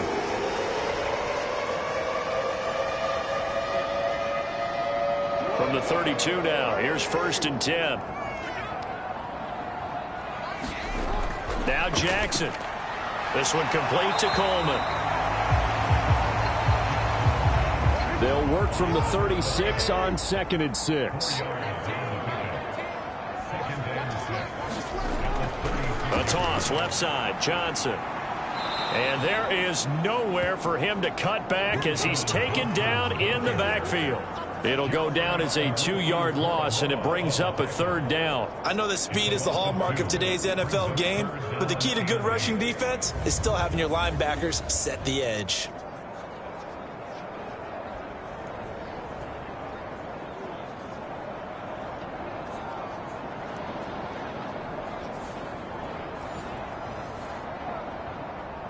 They'll see about converting this 3rd and 8. Jackson now. Out to the flat here for Johnson. And they'll get him down at about the 37, well short of the 1st. 3 yards, all they could muster there, and it'll bring up 4th down. One hallmark of good defenses is understanding the game, understanding positioning, and tackling immediately in the secondary after catches. I think we just saw that on display right there. Got to him before he ever had a chance to think about turning it upfield. On 4th down, on is Corey Bojorquez to punt. And last week in the loss, 5 punts as he gets this one away. A nice run back there off the good punt. It's a 16-yard return. And the Cowboys will take over the football with a 1st and 10. 2nd drive forthcoming here for the Dallas Cowboys. The crowd may be losing just a little bit of the edge after back-to-back punts. They want some big plays. They want to see some offense. They want to see somebody break away, whether it's through the air or on the ground. Now it'll be interesting to see where the patience is on both sides. Each head coach, can you hang in there and not try and force something that could put your team in some jeopardy? One back in the backfield, he'll get the carry. And he'll be taken down at the 46-yard line. The numbers for him from a week ago, 14 carries, 54 yards, and a touchdown. So he scored his 8th touchdown on the ground last week, and most guys I know, they want to get into round numbers. So, 10 is really the goal, and this is one sport where being selfish and scoring touchdowns is a good thing. Look for he and the offense to try and get him in there at least twice in this game. And a strong run that time as he's across midfield and down to the 43. 11 yards and a Cowboy 1st down. That O-line, they cleared a big hole there on that run. The athleticism of offensive lines continues to evolve, and we're seeing it here. Not only are they controlling things right at the line of scrimmage, but they're able to get upfield to get to what we call the 2nd and the 3rd levels. Get to the linebacker spot, the secondary spot, getting all the way downfield with their blocking, which helps keep the running back clean. They'll try to continue that trend here this afternoon. On 1st down, they'll go to the ground attack. And they'll get him down after a pickup of 8, 2nd and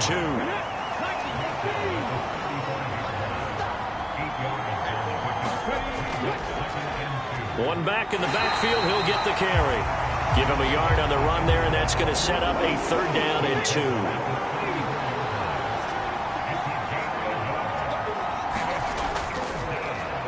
One back in the backfield, he'll get the carry. And he will have a Cowboys 1st down as they're able to convert, albeit not by much, on 3rd and a yard. We're scoreless after 1. Start of the 2nd quarter, and it's the Cowboys in possession as they've got it with a 1st and 10.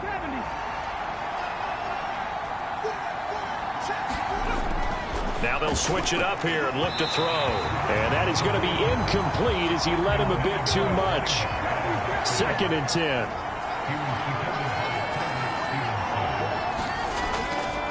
From the gun, they'll try to run it. And he'll fight forward maybe to the line of scrimmage, but that's all. It's been a pretty long drive. This will be play number 9, and they need 10 yards out of it on 3rd. Back to throw here. just inside the 25-yard line. Give him 8 yards that time on the scramble, and now 4th down. Like any team playing, they're looking for touchdowns to try and help their cause. But in this case, he does get them a little closer at least if they think a field goal turns out to be the better call here.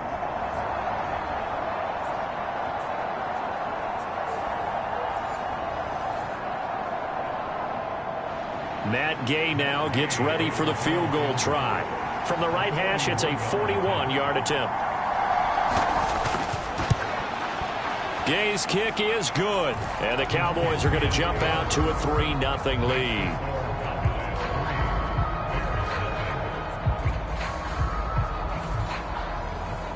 Well, in a close game like this, obviously you want the touchdown, but certainly they will take the 3. And they'll be okay with that, but let's throw a little credit to the defense as well. And I'm just glad this doesn't come down to a debate, right? Which side won, partner? Because the defense, hey, we didn't give up a touchdown. The offense, hey, we put 3 on the board. Either way you look at it, I think both sides gained something out of that drive. The Chicago offense set to get started. And they are back down to 500 following the loss last week. Consistency has been a real issue for them so far. Brandon, you almost don't know what team is going to show up every week. I mean, there's no consistency with this ball club at all, and if we feel that way, I know it frustrates the coaching staff, and it also has to frustrate the key leaders in the locker room. They got to figure out how to get coordinated. Ball up to the 35 now as they come up on 1st and 10. Now it's Jackson. Throw left side complete. That's Coleman. And getting this just shy of midfield, they'll spot it at the 49. This offense finding its legs now. Here's another 1st and 10. Up the middle, Johnson. And just 1 yard here from the 49 to the 50. No doubt about it. A really nice job there by the defense, not allowing him to get to the perimeter. But that means your defensive ends, your outside linebackers, the guys that you pay big money to sack the quarterback, they also have to have interest in the running game as well. And they did a nice job there of holding the point of attack and not giving ground. And now the ball's out. Fumble near midfield. It's picked up by the Cowboys. And to the 40-yard line, that's where the return stops. Charles, he lost a fumble last week as well, so now back-to-back weeks, maybe you expect that from your tailback, but not him. You're exactly right, because you work a lot with your running backs about how they have to protect the ball in traffic. But downfield, in open space, that's dangerous as well, because you may make someone miss, and their flailing hand can knock the ball away if you don't tuck it away. They'll come out throwing here to start the drive. Olave over the middle. And the result here, a pickup of 8. Leaves them with 2 to go on 2nd down.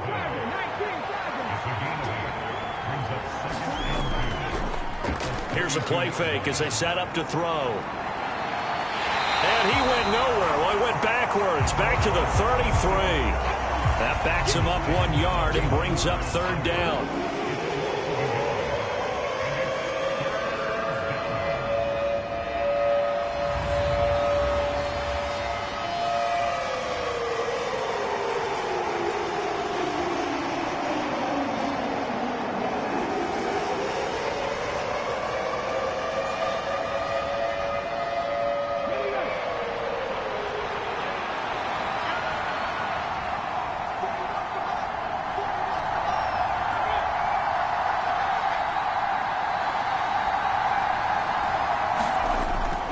From the shotgun, he'll look to throw. And this pass broken up. Excellent coverage there on 3rd down, as that was not an easy one to hold on to. From a defensive perspective, they had exactly what you want anytime they want to throw the football. There was pressure on the quarterback. They were getting after him, and they tightened down on the receivers and forced the incompletion.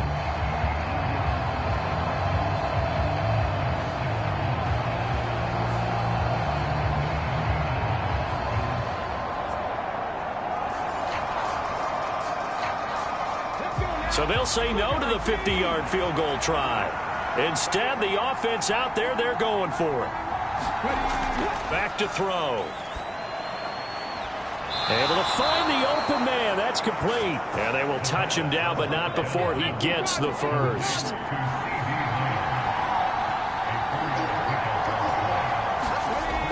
He'll look look to throw. Oh, it's a screen pass. That's complete. And inside the 20 before he's brought down. So from the 17 now, here's a 1st and 10. One back in the backfield, he'll get the carry. He will push his way down to about the 14. Here's a 2nd and 8. Out of the gun, they'll look to throw. Escape, and he can't find anywhere to go with it, and he goes down. It'll go as a loss of about 6, and now it brings up 3rd. Okay, was it a breakdown in protection? Did the running back not pick him up? What does it really matter? Sometimes it's just a great play made by the defense. Big-time sack.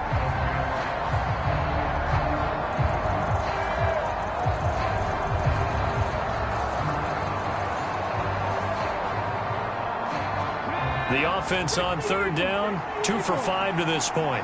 This is 3rd and 14. He'll look to throw.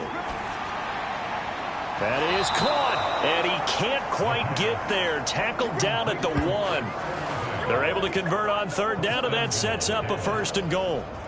Well, so much for holding them to a field goal. The pressure they got home on the previous play didn't hear, and that bought their quarterback some time to find a receiver, and it sets up a 1st and goal.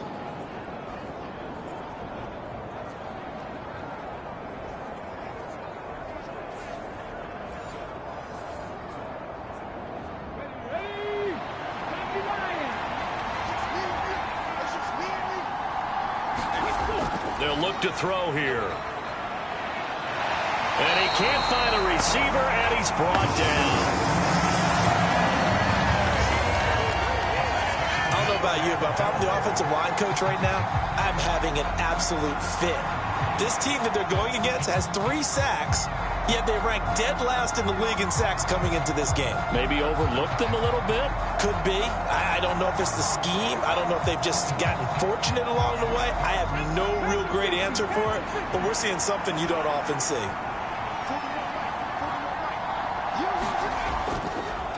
They'll try to run this one in, and he will take it in for a Cowboy score. A great effort there. With his 9th rushing touchdown on the year, and the Cowboys add 6 to their lead. Sometimes offenses can get too cute down near the goal line, but there's nothing fancy about this one. As Coach Lombardi would say, we get a seal here, and we get a seal here, and we run this play in the alley. And that's good work to hit the hole hard and finish in the end zone.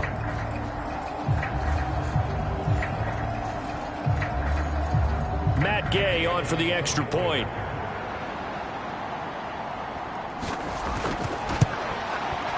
It's up and good, and that'll increase their lead to 10-zip. So that one a pretty time-consuming 10-play drive. And it ends with a 1-yard touchdown run.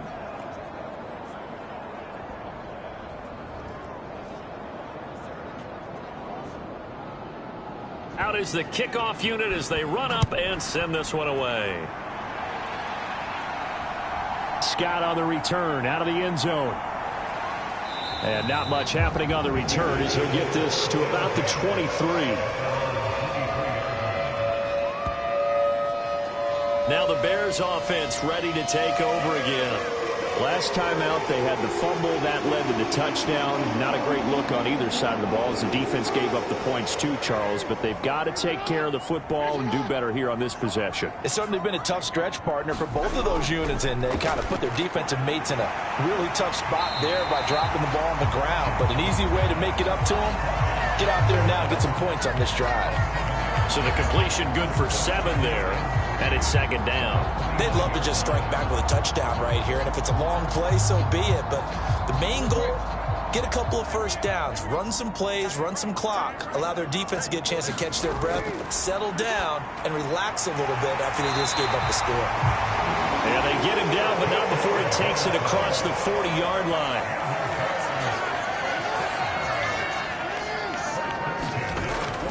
The 1st down carry here for Johnson. Credit him with a 1-yard gain there to make it 2nd and 9.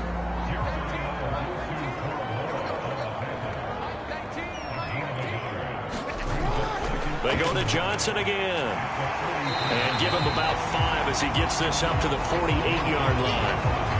I think we can safely say that those types of plays are the backbone of this offense. We know not every run's going to be a big hitter, but you know they'll take that type of result on each and every attempt.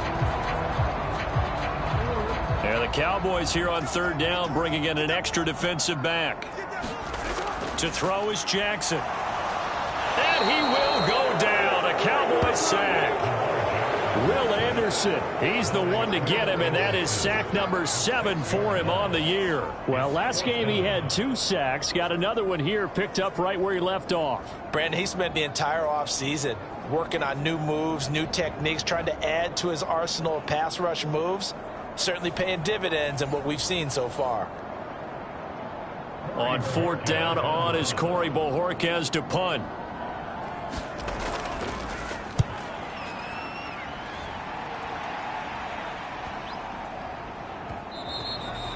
And that'll hit at the 5 and go into the end zone for a touchback. So here are the Cowboys to take over. They're looking to bounce back following the loss to Miami a week ago, and they've got the lead right now as they come up with a 1st and 10.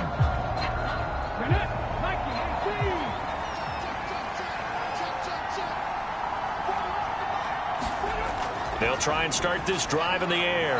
Short throw caught by Pitts. And he's brought down at the 24 after a gain of 4. Short completion, just 4 yards, and it's 2nd down.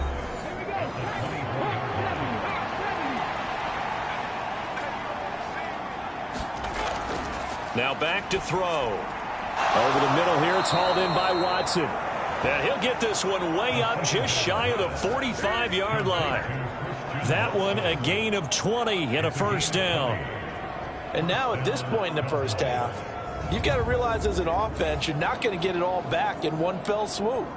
This is going to be about sustained drives and making sure you finish with points. And that's a good throw there for a 1st down.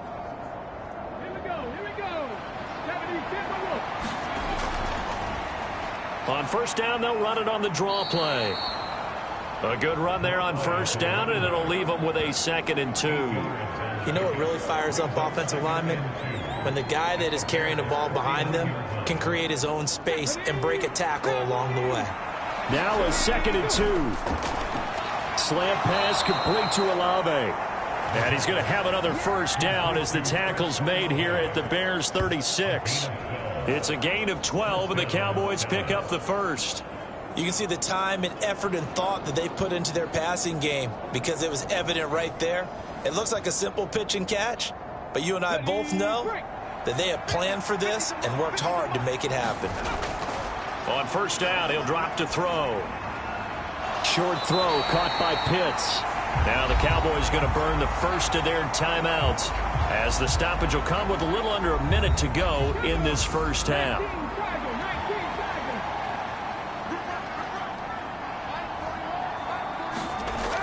Now he'll look to throw here on 2nd and 10. Throwing quickly there, but it's incomplete. Now play number 7 of the drive as they're looking at a 3rd and 10. They'll look to throw again. Short throw caught by Pitts. And he gets it down a yard or 2 shy of the 30 before he's out of bounds. So 5 yards here, 5 on the play. And that's going to bring up a 4th down.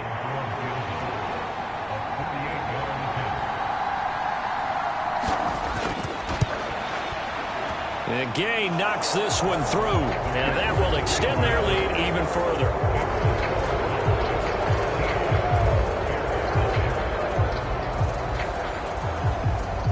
So a nice kick there as they are able to add on to their lead. And that's exactly what you're looking to do. Maneuver yourself into range. That way, if your drive stalls out, you're able to get something out of it. And they do so right there. And he brings us out past the 20 to the 24. But the Bears going to take over now late in this 1st half. They're certainly in need of some kind of points here before the end of the half. A field goal or something. Being shut out right now, they could really use some momentum before they head into halftime. Now Jackson on 1st down. Got an open man here, and it's K.J. Hamler. Now the Bears going to call the first of their timeouts as they stop it here with just under 40 ticks to go in this first half. They'll throw on first down with Jackson, and his throw here's incomplete. I tell you, Brandon, this defense is playing with some confidence. Haven't allowed a point yet. Flying to the football. I'm telling you, it's almost 11 to the ball on every snap. Another nice job there to force an incompletion. An incomplete pass on first down. That leads to a 2nd and 10. Now it's Jackson. Dancing to his left. He's able to get it to Coleman. And he'll be out of bounds just shy of the 40.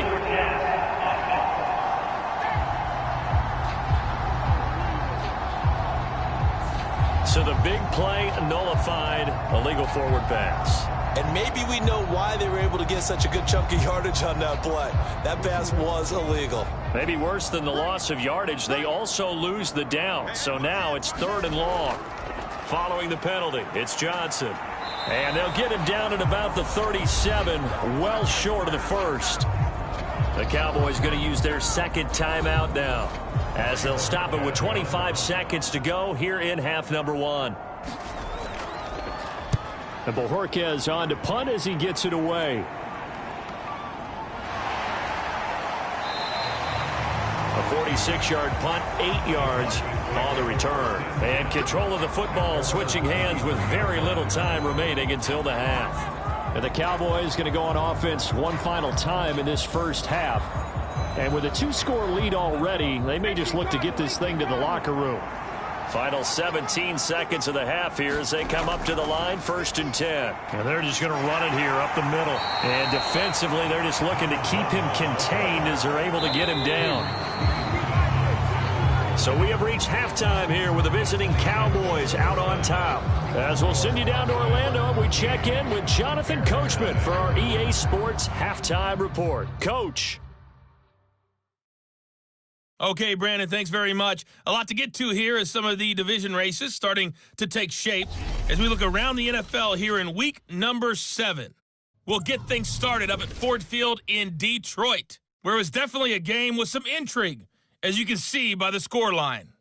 Geno Smith leading the way in the victory with 3 touchdown passes. From there, we'll make the trip down to Indianapolis to check on the Colts at home at Lucas Oil Stadium. And you can see, currently, they trail in that ball game. A couple of touchdowns there for Cam Akers. Lastly, let's get out to Jacksonville. See what's happening with the Jaguars at TIAA Bank Field. And that one all tied.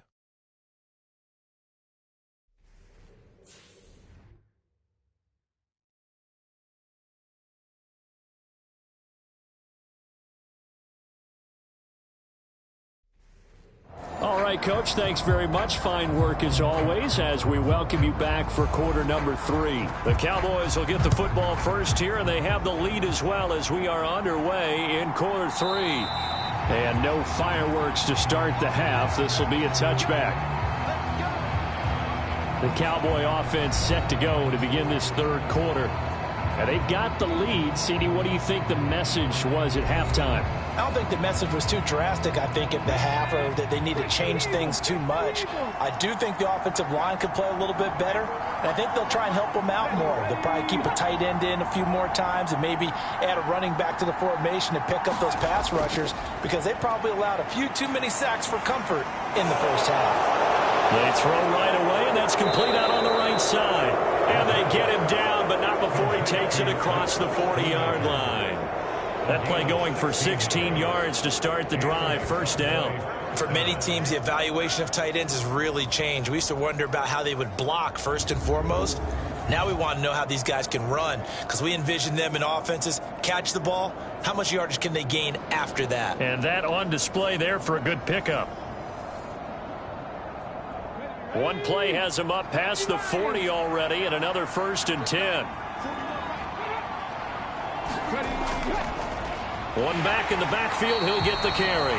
And he'll push this forward only to about the 42-yard line. Just a yard on the first down carry, so it's 2nd and 9. Well, sometimes you just have to give credit to the defense. Great job there at the point of attack, holding up.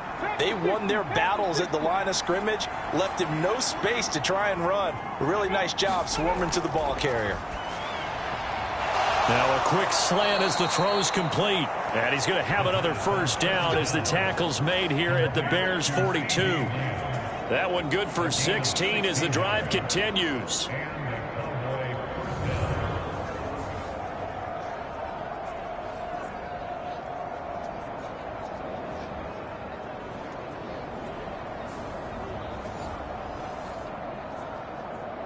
So they go from one 42-yard line to the other as they come up now 1st and 10.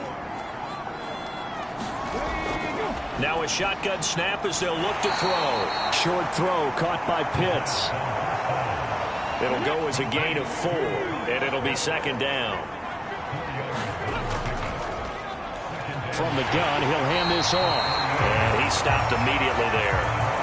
No gain on the play, and it's going to bring up a 3rd down. Those are the plays this defense needs with the deficit they're facing. It certainly is, and they've got to continue to swarm the football and hope that someone, while they're holding up the ball carrier, can get in there and rake it and knock it free. They need to get some takeaways as well. On 3rd down, he'll drop to throw. Short pass taken in by Schoonmaker. And they'll get him down at about the 37, well short of the first. It'll be a gain of just a yard, and it'll be 4th down. Partner, I think that completion takes the definition of dink and dunk to a different level, doesn't it? It does, and the defense was right there, kind of played into their hands.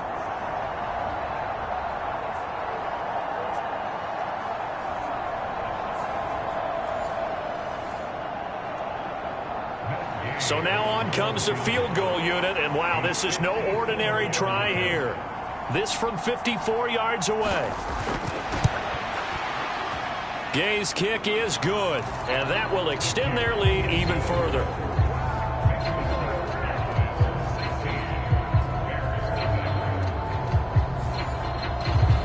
So they're able to build on things here with a field goal, but the question is how much longer can they really rely on their defense to pitch a shutout? That's a great question because the guys on the other sideline are saying, give us the ball. We want another shot at this. So yes, tight game, he'll take the 3. But this game, it's far from over. So here are the Bears now as they get set for their first possession of the second half. And their deficit a little wider now than it was at halftime following the field goal a moment ago. But the goal is still the same because they want to come out, establish a rhythm in the second half, and get going. Make no mistake about it, though. Kicking field goals, not in their game plan. They need to get the ball in the end zone. This to the sideline and over everybody. Incomplete. No flags forthcoming, though. Maybe a break there. That looked like a clear throwaway to me. On 2nd down, Johnson. And he's able to plow forward up to about the 29, just shy of the 30. This offense in desperate need of a conversion as they come up on 3rd down. And they'll try and run the option to pick it up. And he is going to lose yardage here.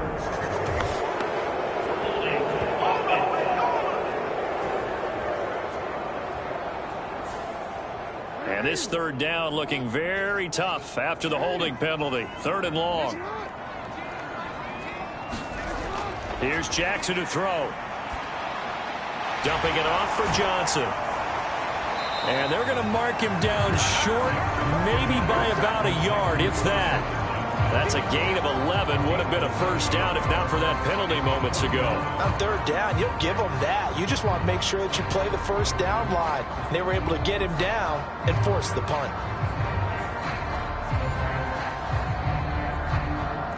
Here comes the Bears punter now, as he'll punt it away for the 4th time today. He's averaging just under 50 yards a punt as he gets this away. Taken in at the 22. It's a 45-yard punt, but a decent return there of 9 yards. And it will be 1st and 10 as they take over. The Dallas offense back out onto the field. Last time out, you remember their drive stalled, but thanks to their kicker, booted a long field goal to at least get them 3. Now here they'll try to do better and find the end zone. And in our experience, How much fun is it for coaches to know that they've got a kicker who can nail it from long distance? Now, the hard part is, as an offensive play caller, you don't want that in your head too much where you're relying on it, and he goes out and gets the job done for them. But I'm quite sure he would be content to just kick extra points from here on out. Yeah, absolutely no question. I think his teammates would be okay with him just kicking the extra points as well.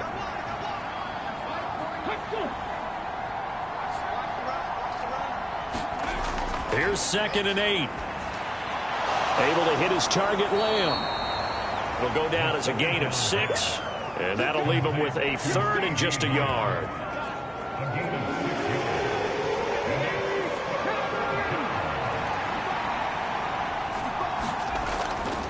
They'll drop to throw, and this pass broken up.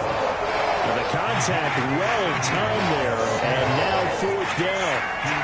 That's an excellent job right there on 3rd down. Like any defense, you never want to let them get anything started, and that would have been a 1st down. Instead, you saw the contact on time, no penalty, and before this drive could get wings, it's 4th down. Here's Ryan Stonehouse now, as he'll kick it away for the 2nd time.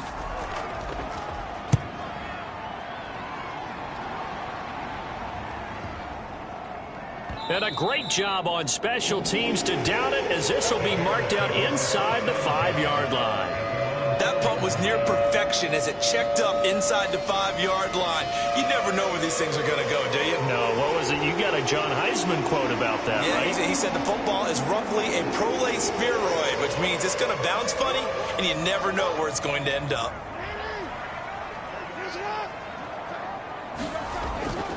They'll try to get the offense going with Johnson. Oh, some strong running. And they work this out past the 25. 64 yards rushing for him now on what was his 10th carry of the ball game. Okay, every now and then my defensive bias will leak out here. Abysmal play for them. You got them backed up, and you let them out. Take advantage. And you know who's happy? The punter. Because if he was needed, they gave him a lot of space to work with now. Yeah, because he would have had a lot to think about, right? Don't step over the back line and give him a safety. Now he's got room if he needed it. They stay on the ground on 1st with Johnson. Give him 5 on the carry there, and it'll be 2nd down.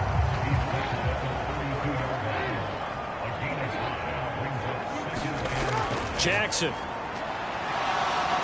And the Cowboys' pressure gets there this time for the sack. Micah Parsons just would not be denied. That's a loss of 7. Well, for last week's performance, which was so good, he was named NFC Defensive Player of the Week. He got a lot of praise, and understandably so, from national media. Looking pretty good on that play, too. And I love what he told us this week before the game. He talked about how much time they spend working on pass rush moves, every position, because anyone could go after the quarterback in their defense, and you can see how they've all absorbed their lessons. On 3rd down, Jackson. He's going to loft one deep left side here. Into a double team, and it's intercepted. Sauce Gardner picks it off, and they are going to set up shop at the 32-yard line. Now, I guess we're at the point of the game where they do need to open up the playbook a little bit, start to take some chances down the field, but that one did not go as planned. Yeah, these guys need something good to go their way, and they took an opportunity to take that shot there. But obviously that's not going to help. A tough play for them as they're trying to make their way back. So out come the Cowboys now as their offense gets set to take over. No points last time out. They were forced to punt, if you remember, but no time to dwell on that. They've still got the lead here and a chance to add to that here. 1st and 10 as this new drive starts. They'll start on the ground here on 1st down. And he'll work this one up to about the 38. 2nd down and 3.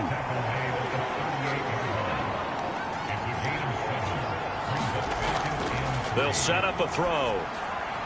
The pass caught by Olave. And he'll be taken down, but not before he works it past the 50.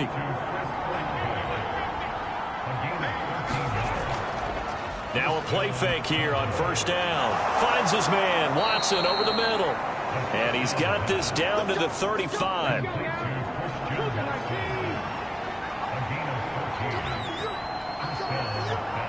In motion left goes Watson. They'll get it forward to him on the touch pass. Pretty nice, aggressive run there before being brought down just inside of the 30. And a lot of times these plays, they either go for nothing or they go for big yardage. And here, they got to the outside, turned it upfield, and ended up getting a nice little gain out of it. Back to throw again. This one taken in by Olave. And he's going to have another first down as the tackle's made here at the Bears' 17-yard line. A nice pickup there of 11 yards, and it'll move the sticks. I think that's a big pickup for a first down because when you run a drag route against zone, you're sometimes asking for trouble because you might run into a defender. Yeah, well, there they ran into a first down, executed it to perfection. Again, he'll drop to throw. And able to break one tackle, but then quickly brought down, but a nice little gain. So not quite a first and goal just yet as they come up now 2nd and inches. And he's got it. Touchdown. CeeDee Lamb. His 2nd touchdown on the season. And the Cowboys are able to widen their advantage. So another touchdown there, and even though we're still just here in the 3rd quarter, kind of hard now to see them giving up this lead. And this is just an offense that's imposing its will right now. You name it, they're able to do it. If you're the play caller, whatever you want to select is there. You want to run it, you want to throw it, pick a play, any play. They're rocking and rolling right now. Here's Gay now to add the extra point.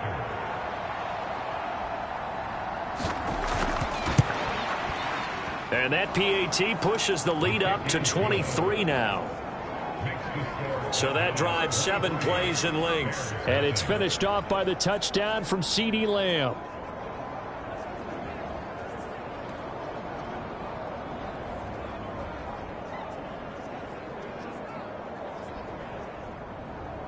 The kickoff unit is out on the field, and they will send this one away.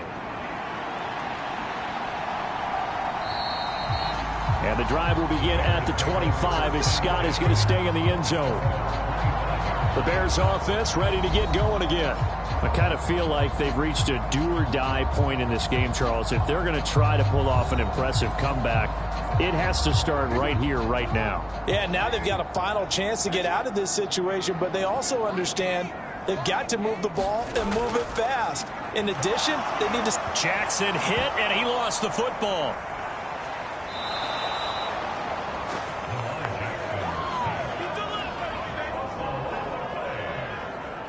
Much like a running back going through the line, quarterbacks have to be aware of protecting the football as well. He left it exposed that time, wound up having it knocked free, but fortunately, had an alert teammate who was able to get it.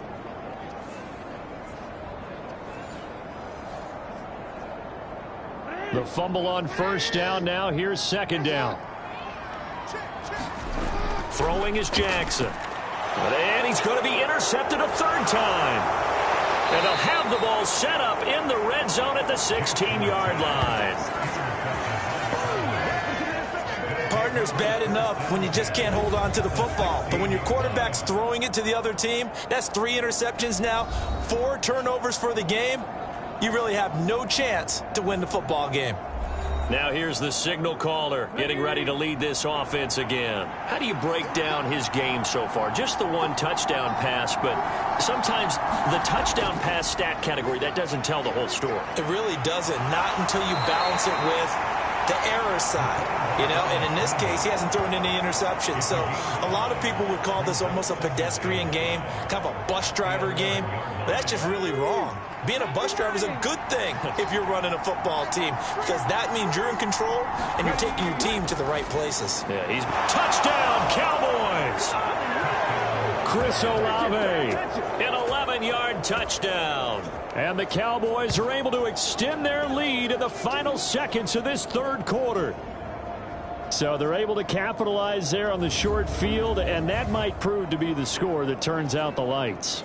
The party's over. Oh, sorry about that. That's an old reference there, folks. But, yeah, they've been the better of the 2 teams by far, and that's great complimentary football right there. Defense gets the turnover, sets up the short field, and the offense goes right out and scores to open up a pretty sizable lead. Extra point by Gay is up and good. And the lead grows even larger here in the third quarter.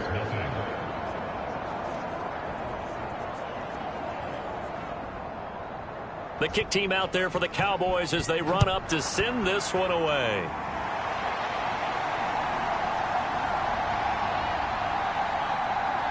And he's up past the 20 to the 22-yard line. At the line, prepping for their next drive, the Bears offense.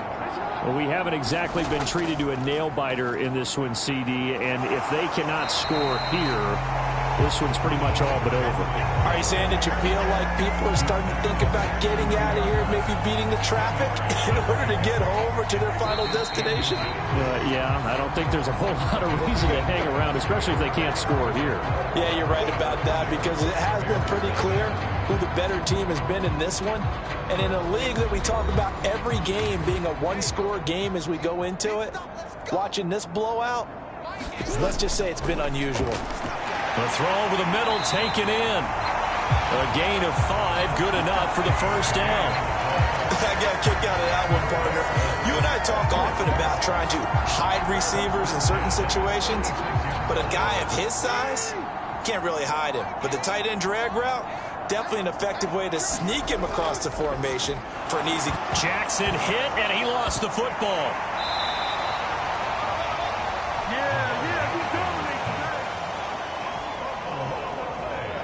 Second time in this game, Charles, the ball is squirted out from his hands. Luckily, his teammate was there to pounce on it. You're right. Got the lucky bounce, able to retain possession.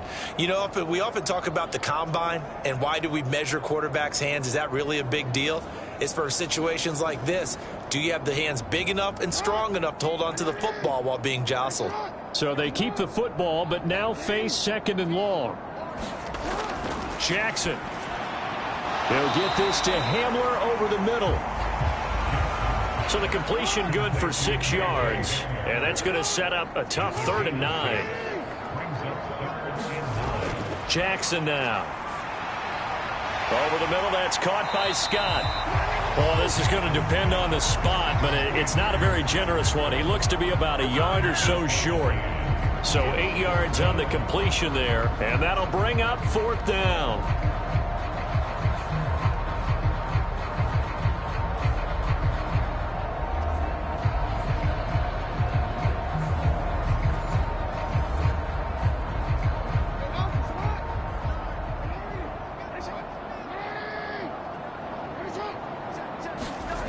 Here we go. It's Jackson on 4th down. Work in the middle of the field, and he's got a man complete. And he'll be taken down, but he does have first down yardage. No reason not to try it there, and they do indeed convert on 4th. So this drive going to continue following the conversion on 4th. Here's 1st and 10.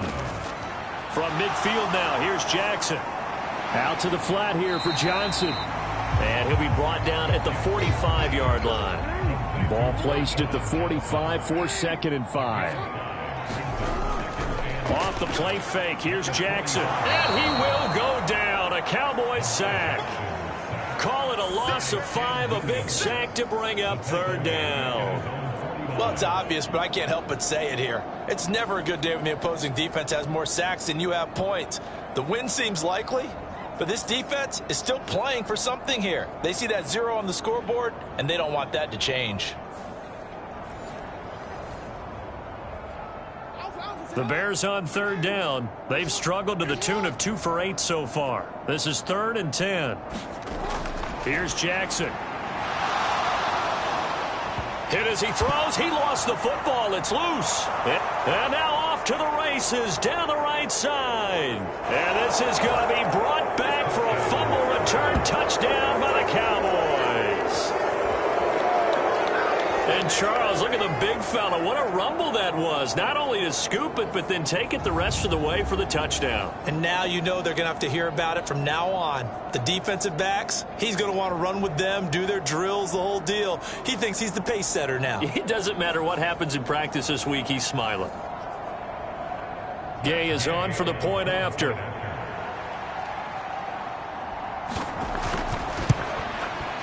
Now this one was over a while ago as they just add on to their big lead. The scoop and score, always an exciting play in football, and we witnessed it there, grabbing it off the ground and then rumbling it into the end zone for 6. And you can bet they're preaching 2 hands on the ball here as the kick's away following that fumble return. And they will not get a chance to return this one as it's through the end zone for a touchback. The Bears offense now getting ready to take over. It's been a tough go for them. It's still without any points here in the fourth quarter and a big deficit, Charles. But they moved the football on some drives. They just haven't had any points. Yeah, and I know in their minds they're thinking the game plan has actually been working. We just haven't scored points. Well, isn't that the bottom line, partner? To put points on the board. So if you're moving it and you're not scoring, is it really working? Right now, they've got nothing left to lose. They might as well go for broke. So following the incompletion, here's 2nd and 10 from the 25. Now it's Jackson. And he can't escape, and down he goes. Micah Parsons Getting him once again, his 3rd sack of the afternoon. But one thing I do know, these guys on defense, they don't want this game to end. They're winning by multiple touchdowns. They've shut down the opposing quarterback in a big way, and they're still picking up sacks as we approach the end of this one.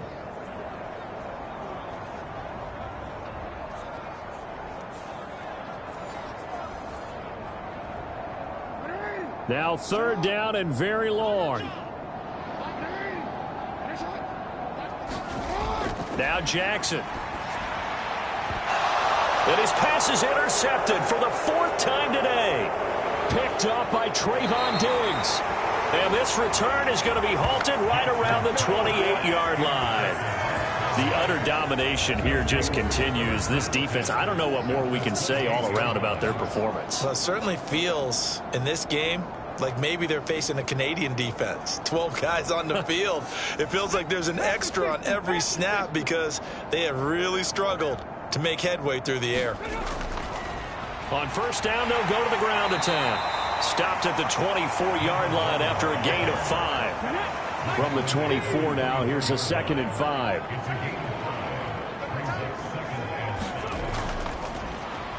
Here's a handoff out of the gun. And down inside the 15 he goes.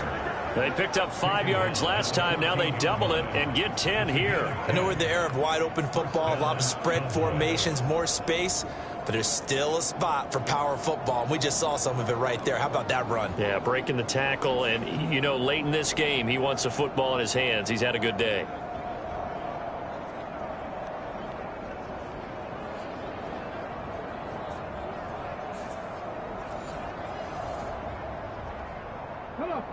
Here's a 1st and 10 at the 14-yard line. Back to throw. His throw caught at about the 5. Touchdown. A great play there. He scored on the ground and through the air. And the Cowboys look like they're going to get back in the win column as they extend their lead here in this 4th quarter. Well, Charles, just impressive in all 3 phases. Offense, defense, special teams have really done their job. And here the offense doing its part yet again with another score in the 4th quarter. I know it seems like something we shouldn't do because the scoreboard does tell it all. But let's set it aside for a moment. This game was absolutely memorable with how they played it. Really terrific effort, really well executed. Congratulations to them. And the drive will begin at the 25 as Scott is going to stay in the end zone. Here's the Chicago offense coming back out onto the field. At this point, partner, things looking pretty bleak. They still haven't scored here in the 4th quarter, facing the big deficit. What silver linings, what can they look to do here offensively? You know, it's funny. I talked about this with a coach in the offseason and kind of had this scenario like what feels good to you and what feels good to your team. You're down big. You really have like 1 possession left, and you're trying to put points on the board that don't matter. But do they? And he told me they actually do matter. And in this situation, he's going to try and run the best offense he can run to have at least a little bit of confidence to take away from that game. So right now, they're going to try their best to get something up on the board and not get shut out. And he drops it incomplete, and their struggles continue here. And that's another play that's painted the picture of this game overall. It's been a blowout. It's been continually fueled by big turnovers and stops for one side and an inability to advance the ball from the other. And he'll be taken down, but he does have first down yardage. They get 6 on the pickup there as the drive will continue. 5th catch of the game for him there. Yeah, and the tight end position is now becoming a volume pass catcher. Used to be occasional, right? Safety valve. Throw one to him every so often, but mainly they want him out there to block. Nowadays, an integral part of the passing game, and they create such great mismatches that they often become the leading receiver. Jackson on first down. And that throw behind his man. He missed him. Incomplete. Now it's 2nd and 10. Jackson will throw again. Quick slant to Hamler. They get 7 out of that, so they're left with a 3rd and 3. Slant route's effective no matter who's running the route and catching the ball. But when you have a receiver of that stature, you have to be a little bit more precise throwing it. You don't have the same catch radius with the bigger targets. They'll come up now 3rd and 3. They'll stick with the passing game as he looks to throw. That is caught. And he will have the Bears first down as they convert on 3rd and 3 with a nice gain of 7 yards. Going old reliable there to the slot on 3rd down. And the slot position has become the bane of just about every defense's existence because how do you cover? Do you go with a bigger guy to try and use size? You got to try to go with a quicker guy, and sometimes you even get out quick there. Very difficult to match up with that slot receiver. That's why they keep going back to him. And he's had the hot hand. From the midfield stripe, they'll look to throw. And the Cowboys' pressure gets there this time for the sack. It'll be a loss of 7 on the sack, and it brings up 2nd.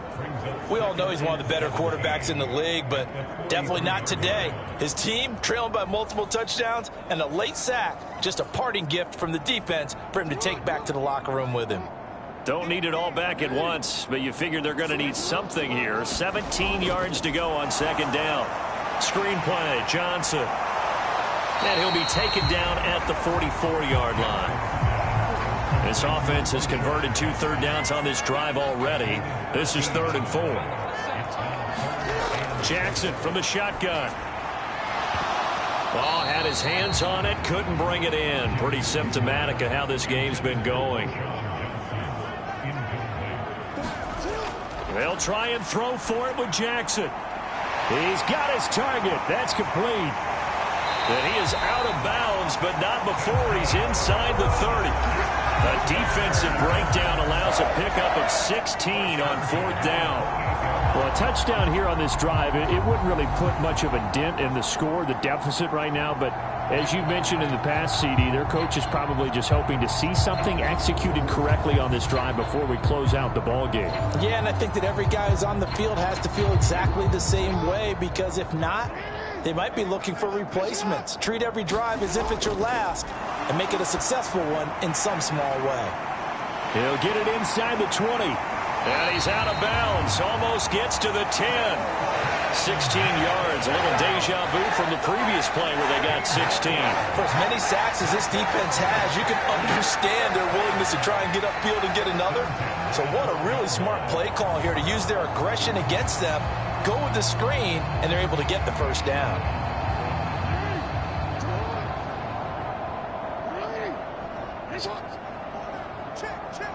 They'll send the big tight end in motion right. Now a handoff. Johnson. And he'll be dropped at about the 11 after only a yard. 2nd and 9.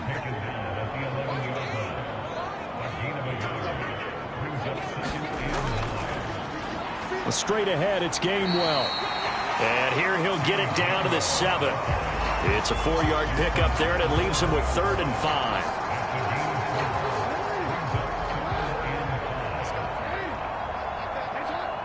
Just 2 minutes remaining here in the 4th quarter of what has been a one-sided affair. So the Bears with the football here as we welcome you back. They face a 3rd down now as they try to find a late score. Now here's a look for the end zone, but that one's going to wind up incomplete. Now we've got a field goal coming up here for Chicago. This just a 24-yard attempt. And his kick is right there. It's good, and they'll get back 3, but this remains a large deficit.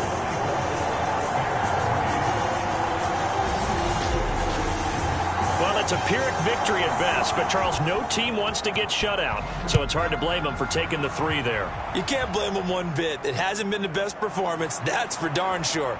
But there is something to be said for fighting to avoid the goose egg, and they're at least trying to finish out strong.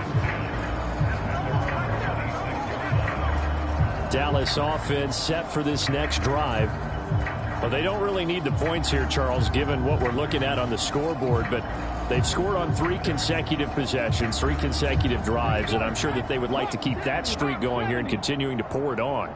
And things have gotten that way in the NFL, haven't they, partner? Because in the old days, people would, they'd get off the gas a little bit, right? But now, people continue to accelerate, but we'll see what they decide to do as they come out for this one. But the way that this game has gone, they've got to be awfully happy with their execution overall.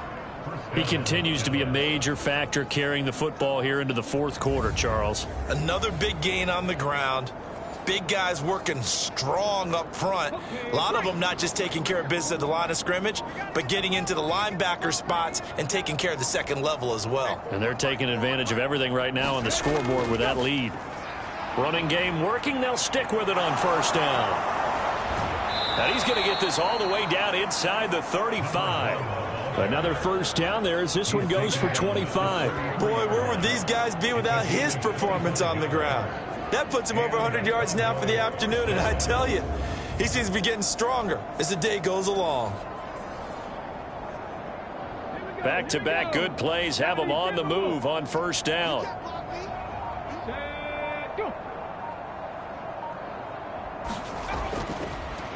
One back in the backfield, he'll get the carry. And some strong running there as he's down just shy of the 20 on the edge of the red zone. Back-to-back nice plays, 12 yards that time and a 1st down.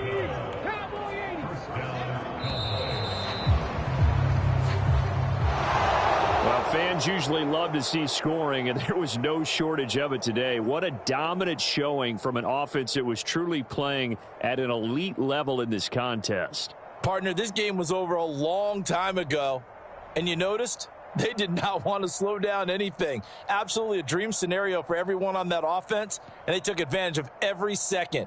Guaranteed popcorn for everyone in their film session.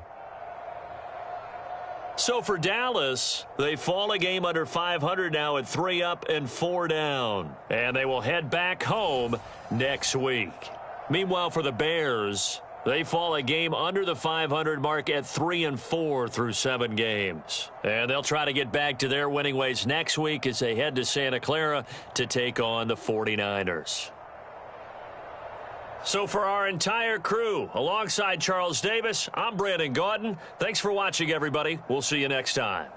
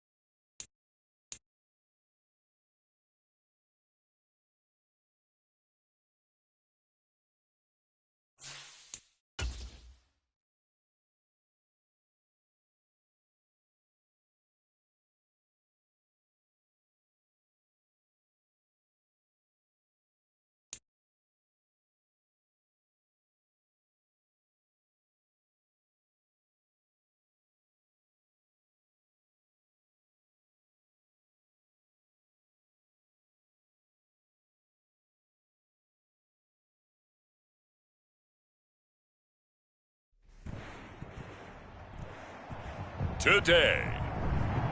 From Highmark Stadium in Orchard Park, New York,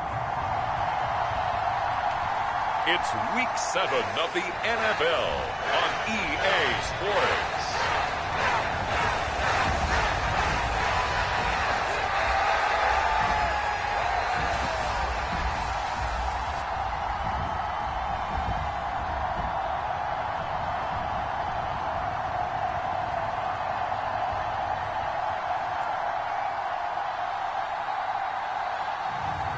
It's the Buffalo Bills taking on the Philadelphia Eagles.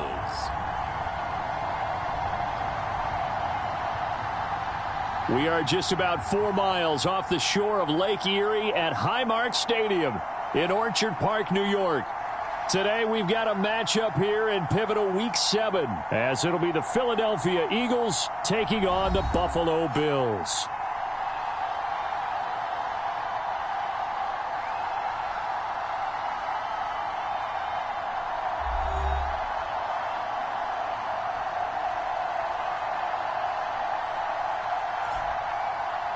Hello, everybody. With Charles Davis, I'm Brandon Gaudin. And, Charles, you take a look at the Bills entering play here. They come in playing pretty good football. Winners of 4 of their last 6 games.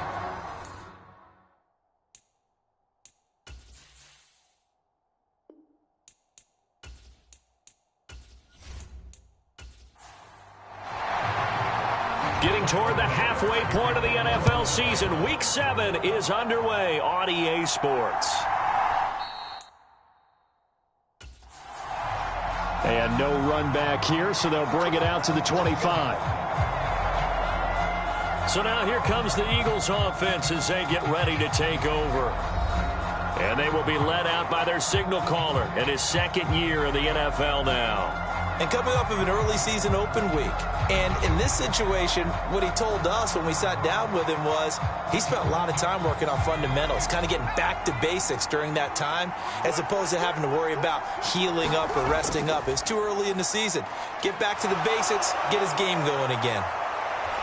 And past the 40 before he's out of bounds. 16 yards right off the bat and a first down.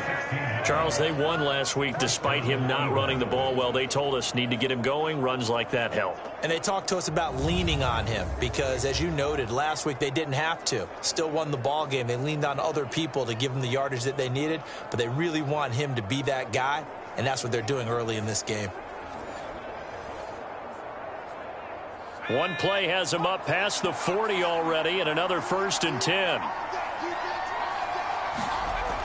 Looking to throw. McCartney. Now a quick throw there, but it's going to be incomplete.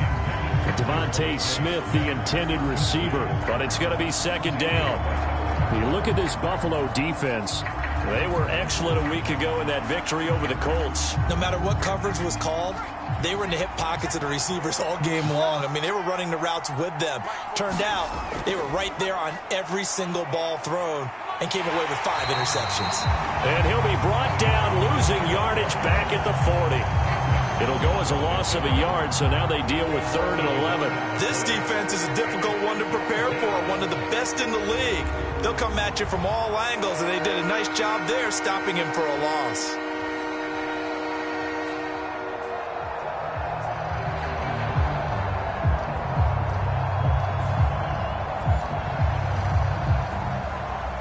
Tough spot here, 3rd down and 11. Out of the gun, they'll look to throw. Open man, he completes it to Judy. And he will get him down a couple yards shy of the 1st down marker. A nice tackle coming up from his free safety spot. It's a gain of 9, but it's also going to mean a punt here on their opening drive. Receivers love having the reputation of being go-to guys on 3rd down, and he was fighting like he really wanted to have that reputation, didn't he? I mean, he came very close to making that a 1st down. Broke the 1 tackle, but couldn't spring himself free. On 4th down, punt coming from Braden Mann. And he gets it away, a directional kick going toward the sideline. And now where will the side judge stop his walk? That's the question. He says it crossed out of bounds at about the 17-yard line. So here come the Bills on offense for the first time. And a glance here at their shifty mobile signal caller. In his stat line last week, that's not going to get him to the Pro Bowl. All right, no touchdowns, no interceptions, but they won. And so the bottom line for him is team won, managed the game effectively, led them to victory. He's doing all the right things. It's a 4-yard pickup, and it's a second down.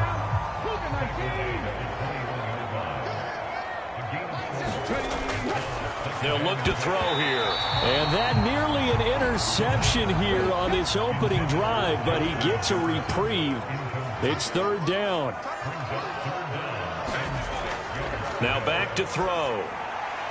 Able to find the open man. That's complete. And he is going to have a Bills first down as they're able to get the third down conversion. And even though this is a top 5 rushing offense, and we see this especially early in the game, they're going to do their best to keep you honest. They don't want you getting the habit of stacking the box, so that's a good throw there, and they're able to come up with the first down.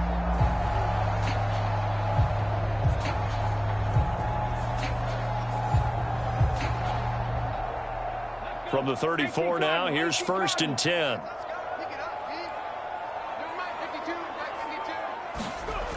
Now they'll throw here out of the gun.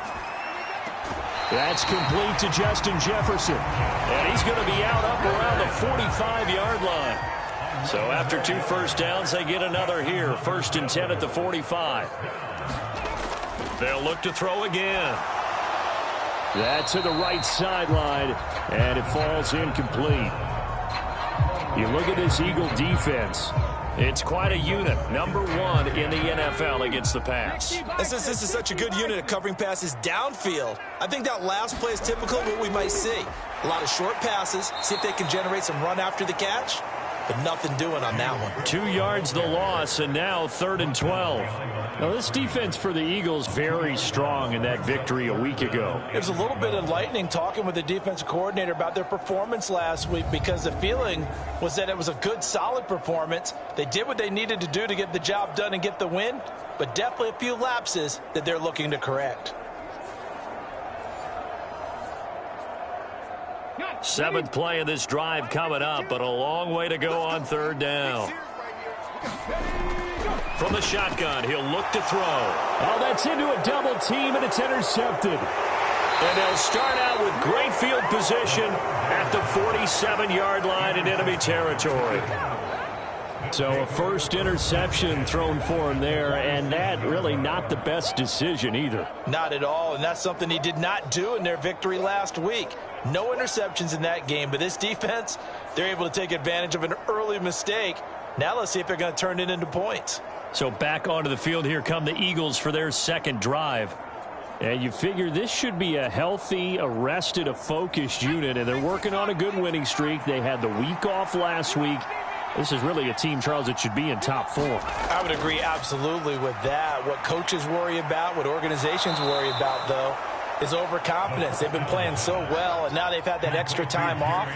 And we've seen teams come back off the open week and come out flat. So what a lot of good coaches do is they kind of game plan for that with their teams. On defense, they may blitz more in the beginning to get them going. On offense, they may go more up-tempo. Anything to get them out of that lethargy right at the beginning. It'll be a loss of a full 3 yards there, and it also brings up 3rd down. They have 3 tight ends in that formation. That's almost a universal sign that they're planning to run the football. But how about the defense there? They met force with force and caused a stack up behind the line of scrimmage and threw him for a loss. And the line to gain here is the 37 on 3rd down. Back to throw. McCartney. Open man, that's Devontae Smith. And he is going to have an Eagles first down as they're able to get the 3rd down conversion. Well, I think when they look at their offense, they think to themselves, weapons, weapons everywhere, and they want to move the ball around. They want to spread it to different people, but you absolutely know they want to get this man involved as well, and that's what they just did on that play.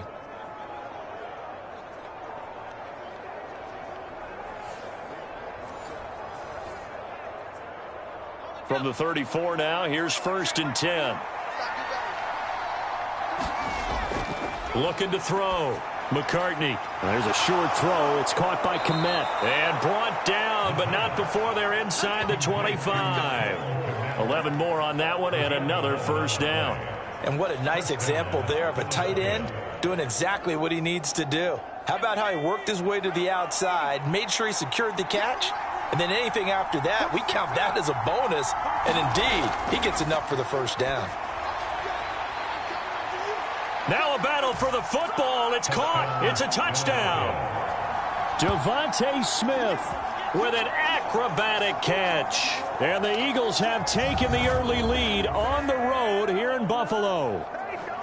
I know there are a bunch of people that actually hate this route. They don't think it's successful very often. But if you get a little bit of space and you throw it in the right spot, you can see the end result. We just saw a touchdown. Yeah, we did. Who's it usually tougher for? Obviously, that was a great catch. Is it tougher on the passer or on the receiver there on the fade? I think it's tougher on the passer to put it in the right spot and give the receiver an opportunity. The receiver just usually goes and finds the football. He did there and got a touchdown out of it. Elliott good with a PAT, and that makes the score 7-0.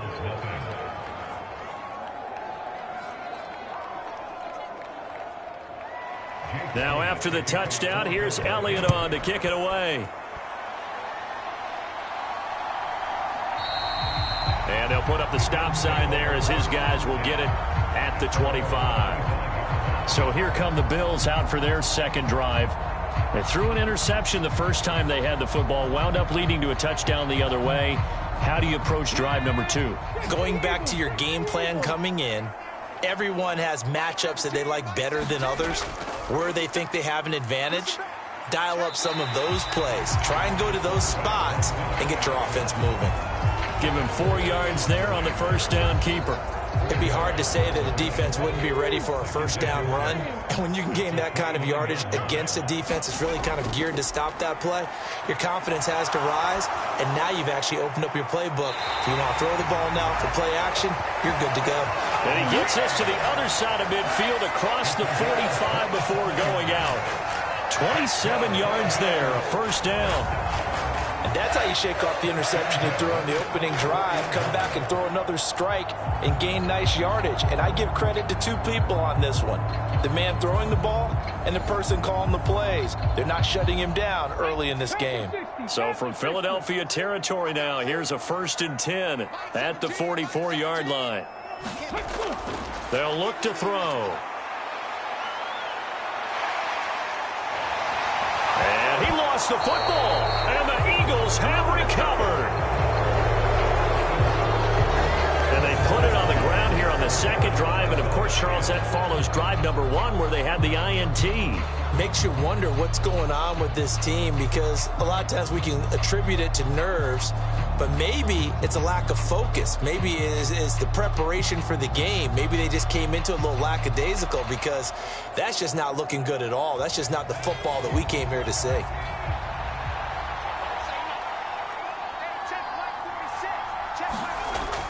They'll run with Pollard to begin the drive. And he's able to plow forward up to about the 29, just shy of the 30. It's a 7-yard carry to set them up with a 2nd and 3. That's a really nice job by them picking up the run blitz and detecting it and blocking it and turning it into a nice run. And a lot of times you think if you blitz a running play, you're going to smother it. But a lot of the blitzers, they come in a little bit high. They don't have great leverage, and they're easily blocked and turned to the side. And he works his way forward for a couple up past the 30.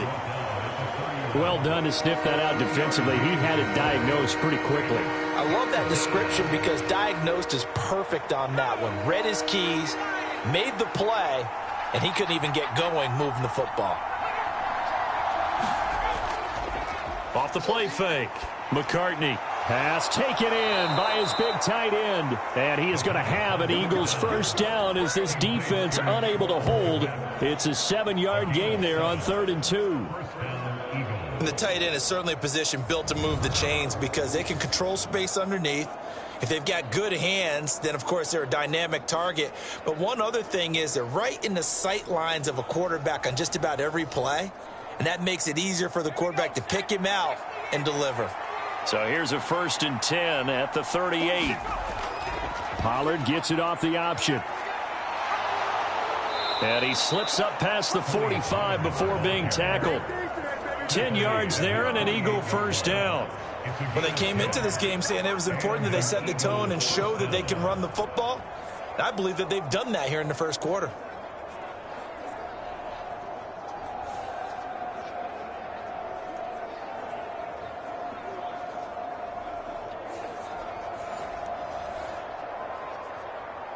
Two first downs have them up near midfield now on 1st and 10.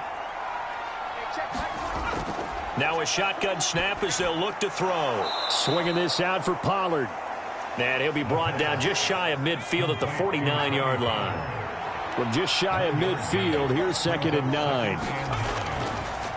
Off play action. McCartney. And that is incomplete. A lot of force bearing down on him there. He could not hang on. It's 3rd down. Back to throw. McCartney. Pass to the sideline and pulled in. And he takes this just a few yards shy of the red zone before going out. That gain on 3rd down, good for 28. That's a play that will likely be forgotten when you talk about big moments in this game. But plays like this are critical to keep drives going. And if points result, we'll call this play significant.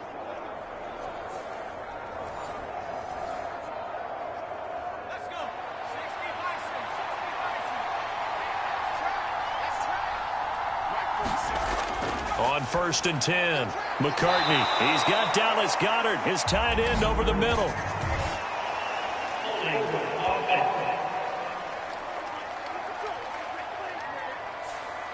Usually see those guys out wide get called for holding on running plays. Here a passing play. Yeah, sometimes when you get this quick screen, bubble screen, anything where they're having to block for their fellow receiver, usually at the point of attack, and this time he got caught. Stopped at the 24-yard line after a gain of 5. Ball at the 24 and a 2nd and 11. Looking to throw.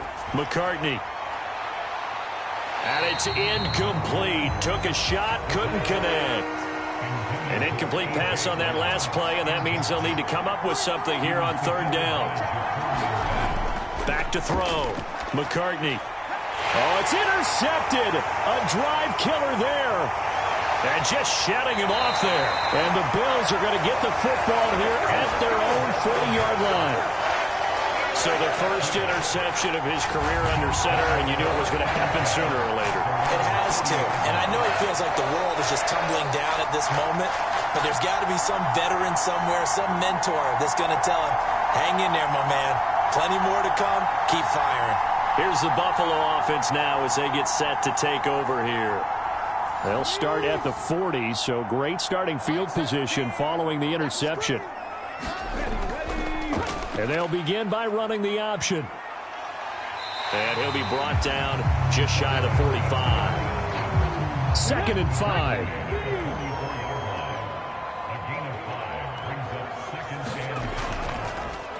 And he'll decide to keep this once more. And taking it across midfield and inside the 45.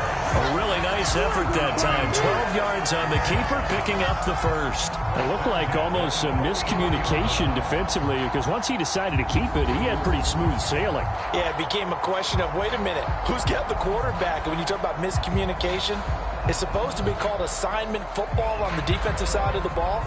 But the assignment gets mixed up. That's the end result.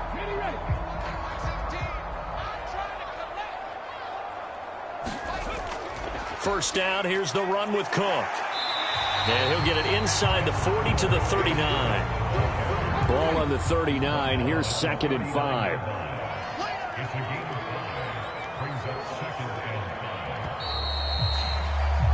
After one, 7-0 on EA Sports. Second quarter now in Buffalo. It's the Bills in control of the football. Now 2nd and 5. As they've got it as we resume action. On 2nd down, Cook. And he's dropped just before the line to gain. 4-yard pickup leaves him with 3rd and 1. When you find that kind of yardage, you couldn't be more confident as a ball carrier. And guess what? You're going to go back and tell your offensive coordinator, I'd like to keep carrying it, thank you. Here now, 3rd and a yard. They'll run it. Here's Cook. And he gets it to the 32. Good enough for a first down. Only 3 there on the pickup, but that's enough to move the chains. I don't know about you, but that almost felt like old-time football there. 3rd and 2 is not necessarily just a running down anymore. A lot of times they want to throw the ball. They went back to the roots and powered forward and got the first down.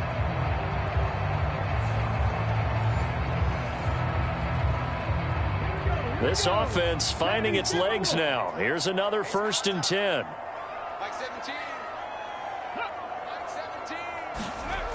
Now they'll switch it up here and look to throw. And he's going to be taken down here. A sack back at the 32. Multiple players combined for their team's first sack of the game.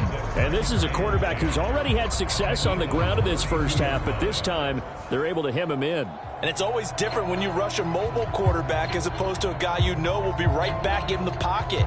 In this case, you got to make sure the inside pressure and the outside pressure match, and maybe even a second wave to make sure if he squirts free, you've got someone to tackle him.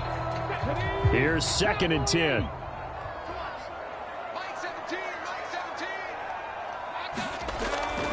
He'll look to throw. And only able to get 2 here. Stopped at the 30. And this offense on 3rd down today, they've been okay. 2 for 3 thus far. This is 3rd and 8. He'll look to throw. And he'll take this beyond the line of scrimmage as he slides to a hole. So on 4th down, out is Tyler Bass in the Buffalo field goal unit. From the left hash, it's a 42-yard attempt. The kick by Bass is good. And they are on the board, but still trailing. It's 7-3.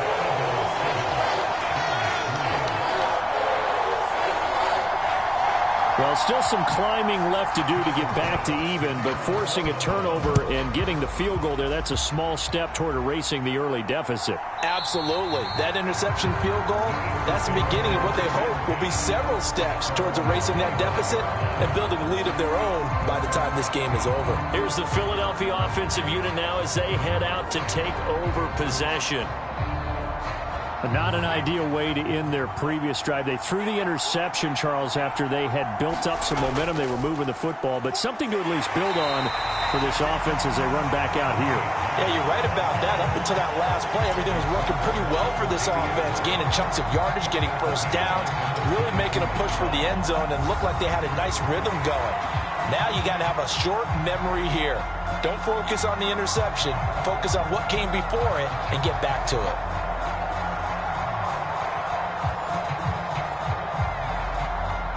A 3-yard loss to start the drive. They'll look to make that up and then some on 2nd and 13.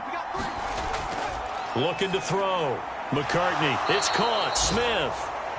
They'll wind up getting 7 on the play. And now 3rd down and 6 to go.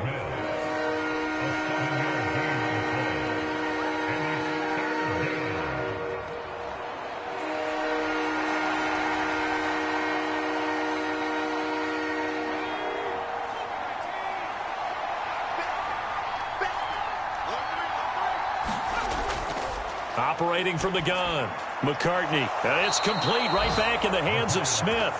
And he is going to have an Eagles first down as they're able to get the 3rd down conversion.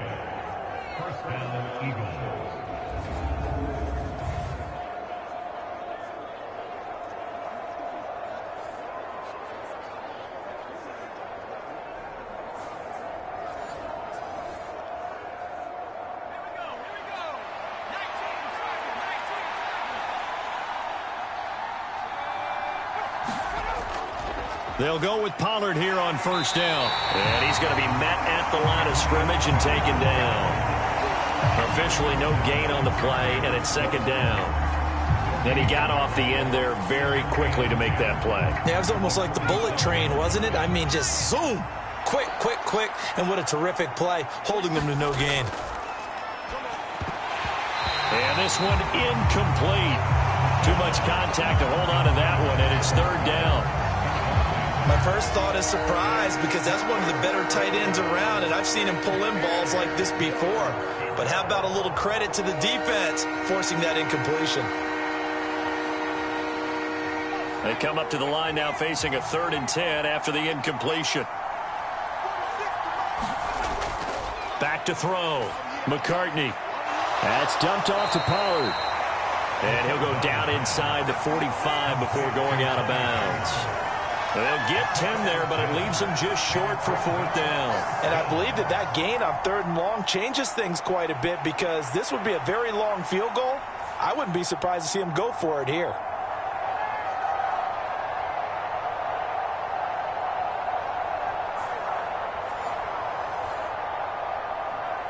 Here's Jake Elliott. Career long, by the way, for him, 61 yards. They spot it on the midfield stripe, so it is a 60-yard attempt here. And this is going to wind up left. Well struck, but it's no good, and this will stay a 4-point game.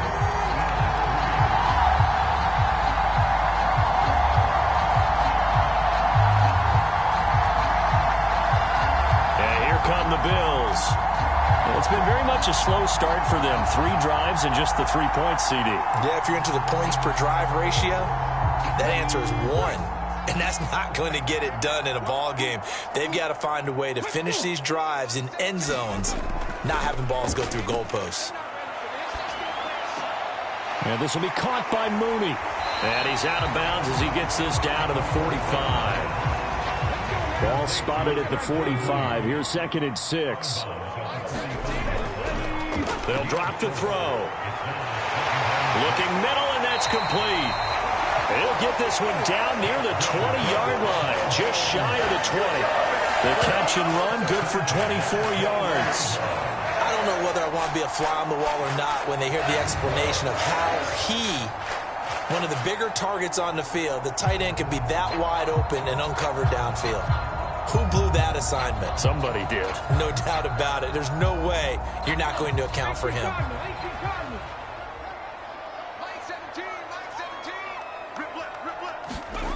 Back to throw now on 1st down. His throw caught right around the 6. And able to get him down, but he does reach the 5. Give him back-to-back catches now. That one for 16 and another 1st down. This offense can certainly move quickly when they want to. 3 plays, 3 pass completions. In the blink of an eye, they've got a 1st and goal. Almost felt like a lightning bolt hit in this game, didn't it? For them to get downfield that quickly. And now 1st and goal, expect them to attack right here on this play. 2 big plays in succession. Not sure this D knows what hit them, but now they got to get ready. It's 1st and goal. And he'll take it into the end zone for a Buffalo touchdown. It's their quarterback. His 11th touchdown of the year. And the Bills have taken the lead. Defensively by now, you know his ability. You know he has it in him to take off and run. Yeah, because they knew coming into this game, but we've already seen examples in this contest that he can run the football. I think they're going to examine different ways to rush him now. Are they going to do it with different lanes? Are they going to use a spy? But they have to come up with options because right now, he's hurting them. Tyler Bass on for the extra point attempt. And it's through, and that makes the lead 10-7. A drive there of just 4 plays. And it's finished off with a 5-yard touchdown run. After the touchdown, Bass to kick it away.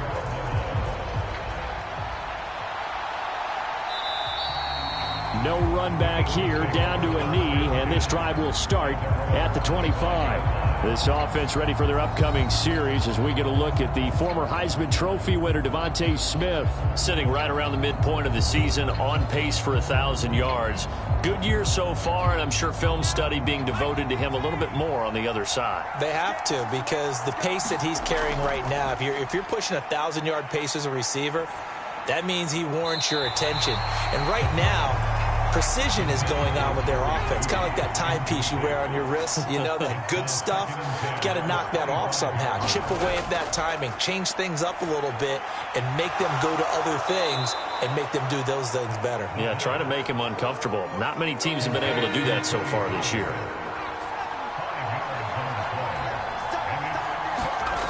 From the gun on third down. McCartney. Oh, and his early struggles continue. Here's another one intercepted.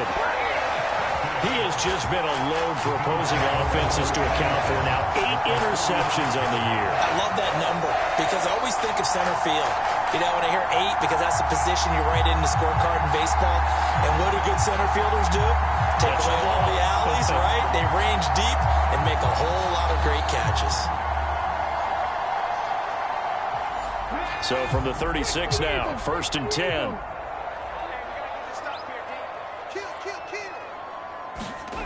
They'll try and start this drive in the air. Quick hitter here, it's complete. And brought down, but not before they're inside the 25.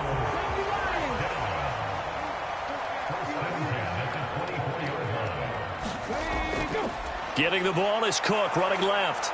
And not much, maybe a yard down to the 23. From the 23, here's a 2nd down and 9.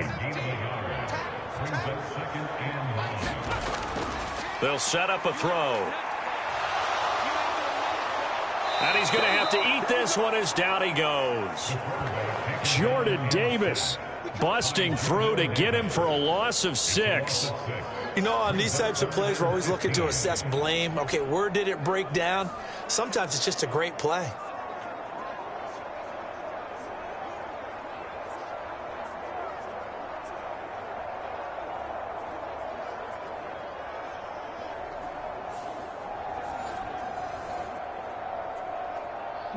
The Bills on 3rd down. They've hit 2 for 4 thus far. This will be 3rd and 15. Looking to throw.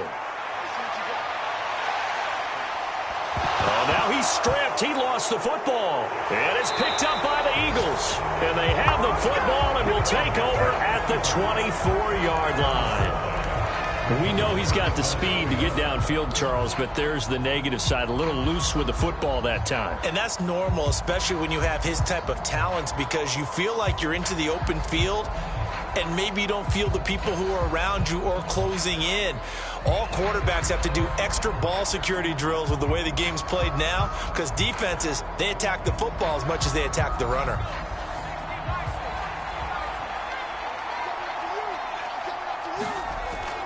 So the drive's going to start with Pollard. And not much there.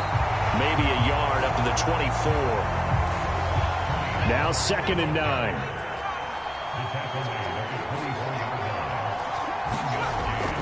Here's Pollard again. And he'll be upended at the 28-yard line. Just a 3-yard gain there. Only gets 3 yards there on the heels of the 1-yard pickup. Sets up 3rd and 6.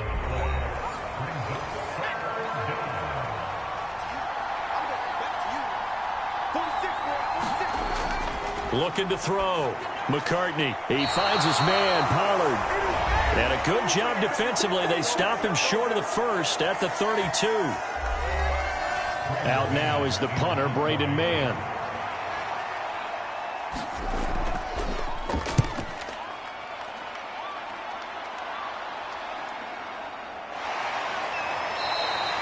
It's a 46-yard punt, 2 on the return. And the Bills will take over the football with a 1st and 10. Here's the Buffalo offense now as they get set to take over here. And last drive, obviously not what you're looking for. You've got the lead. You got to protect the football. So in other words, someone got lucky because they've been moving the ball really well and wearing them down. In this case, though, giving up the football doesn't make them very happy. They can't wait to get back out there and atone for it. Yeah, try to atone for it here on this drive. From the 34 now, here's 1st and 10. They're going to look to throw. He'll find Diggs once more on the completion. Creeping up on a minute to play in this first half. 2nd and 5. Setting up the screen for Cook. And he'll go down right around the 47 this time. Now the Bills will use the second of their timeouts as the stoppage will come with a little under a minute to go in this first half.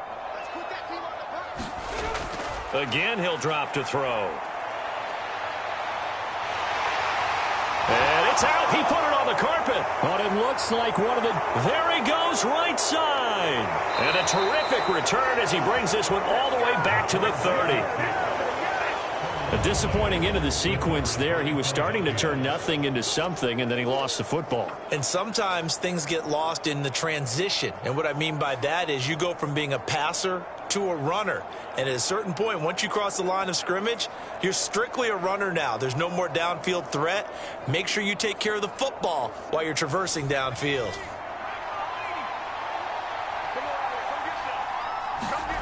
Following the fumble recovery, McCartney, and that is incomplete. Oh, the coverage a little too good there, and it's second down. Looked like both sides were anticipating a quick throw there, and the defense was ready to jump in and deny it, and they did. To throw again, McCartney.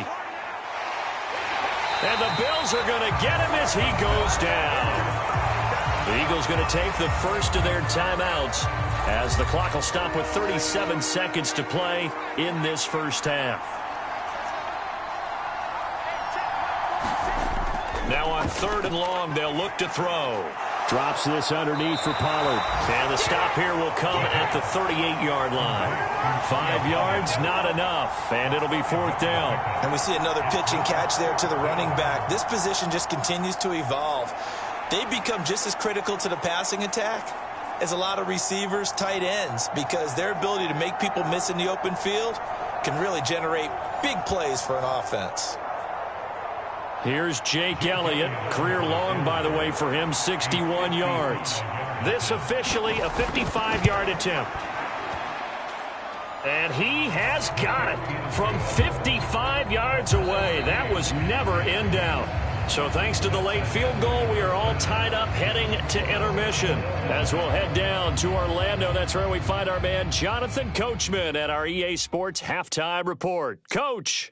Okay, Brandon, thanks very much. A lot to get to here as some of the division races starting to take shape as we look around the NFL here in week number 7.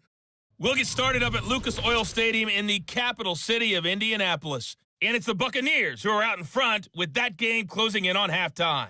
A couple of touchdowns there for Cam Akers. From there, we head up to the Motor City to check in on the Lions at home at Ford Field. And they were losers in that one to the visiting New York Giants. Geno Smith leading the way in the victory with 3 touchdown passes. Lastly, let's get out to Jacksonville. See what's happening with the Jaguars at TIAA Bank Field. And that one all tied.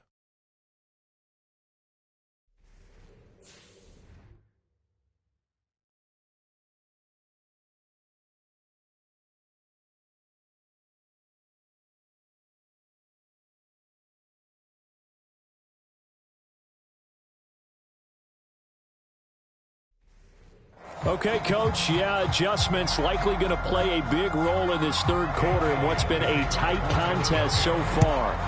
And ready to get the party started for the second half. It was an even first half, all tied on the scoreboard. And we will not see a return to start the half as this will be a touchback. The Bills offense set to take over to begin quarter number 3.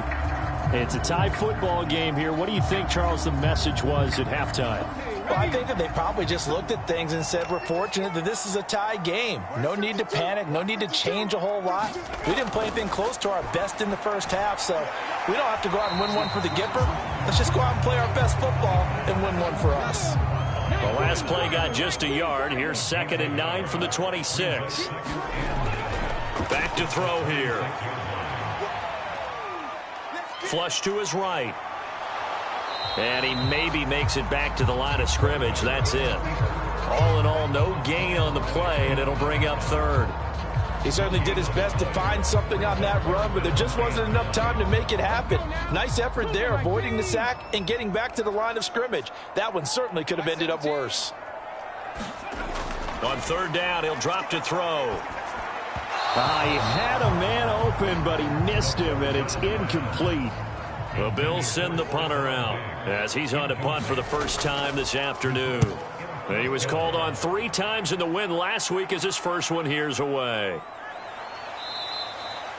They call that a punt of 38 yards officially. And the Eagles will have it, taking over 1st and 10. So here are the Eagles now as they get set for their first possession of the second half. Now this game, it has obviously been all about the defense on both sides of the football. Which offense is going to break through here? We'll see if they can do it on this drive. They'll start this drive out on the ground. And that'll be good for 8 yards to the 45. Now a 2nd and 2.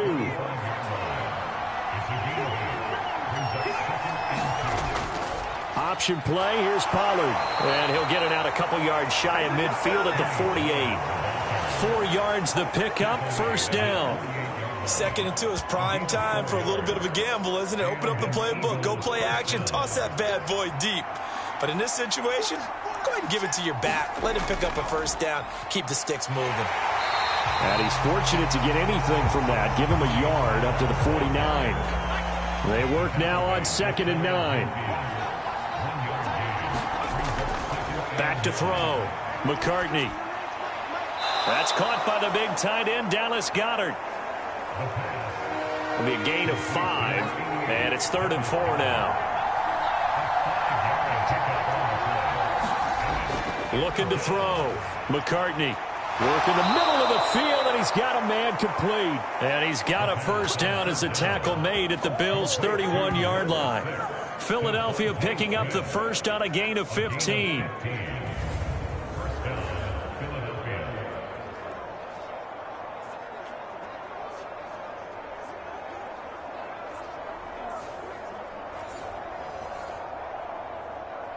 Line of scrimmage, the 31 now on 1st and 10.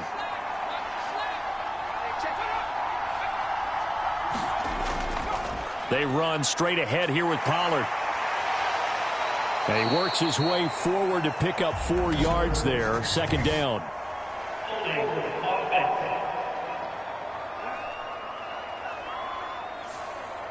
So following the hold, they're in a bit of a hole here with a 1st and 20. Back to throw. McCartney goes right back to Smith again. It's a big play, yet amazingly, because of how far they had to go, they're still looking at a 2nd down here. Back to throw again. But it's caught on the right side at Smith. And they've got it inside the 10 at the 8. 16 yards, a little deja vu from the previous play where they got 16. That's the 3rd time on this drive that these two have connected with each other. They've got a real rapport going. And right now, it's paying off with big chunks of yardage, as shown by that last play. 2 big plays in succession. Not sure this D knows what hit him, but now they got to get ready. It's 1st and goal. They'll run with Pollard. They'll get this halfway home from the 8 to the 4 on a gain of 4. That's good power football on 1st and goal. A lot of teams will throw from there, but that's a nice job to chew up a few more yards and get yourself closer to the goal line.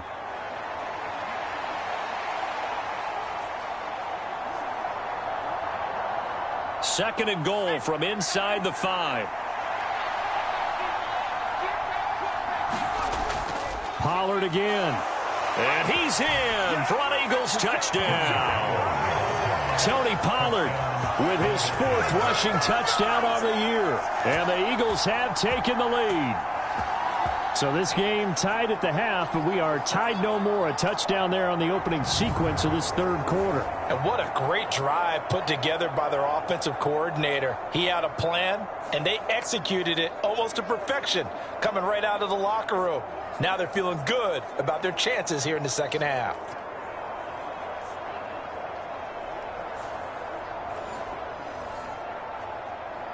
Elliott now to add the extra point.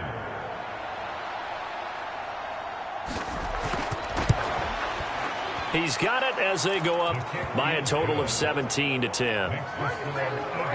So that drive consumes 9 plays all told. And it results in a 4-yard touchdown run.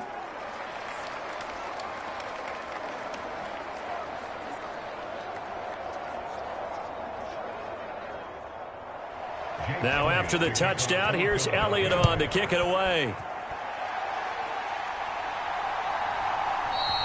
And he'll elect not to return this one, so they'll bring it out to the 25 on the touchback. Back now on offense, the Buffalo Bills. They find themselves down 17-10 as they come up on a 1st and 10.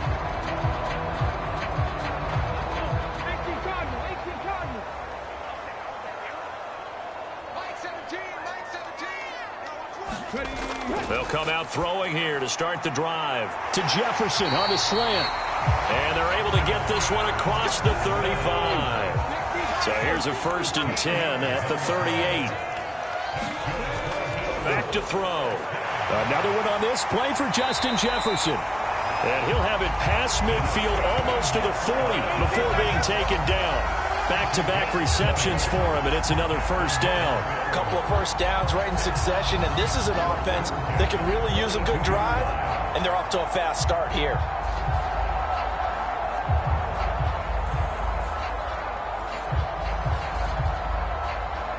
Back-to-back good plays have him on the move on 1st down.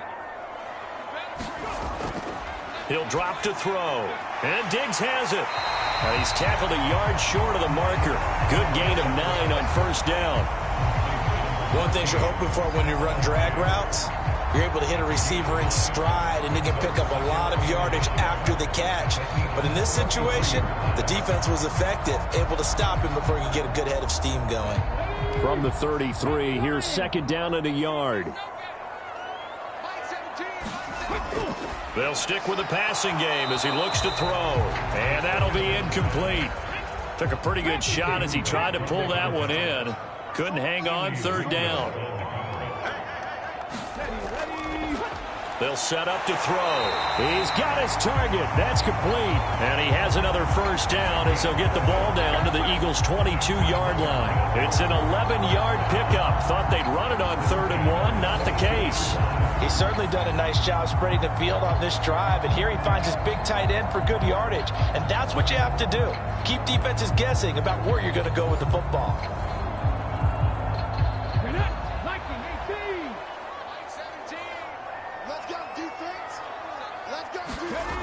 They'll look to throw now on 1st down. And that went to the right side and incomplete. 2nd and 10.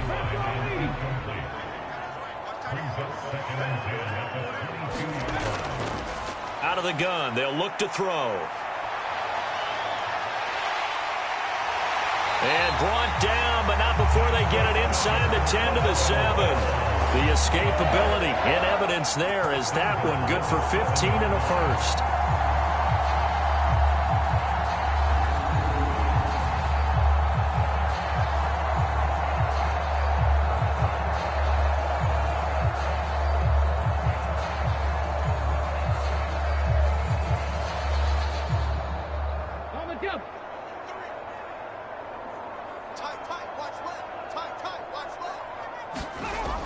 Now back to throw.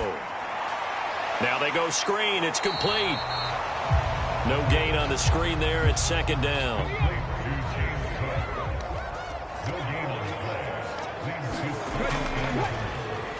He's going to try and take off with it. And he's brought down right at the 5-yard line. Give him 2 on the play. Typically on the read option play, when we talk about responsibilities, we're talking about what the quarterback has to go through. How about the inside linebacker, though? His job on this play, shadow the quarterback and hold him to a short gain.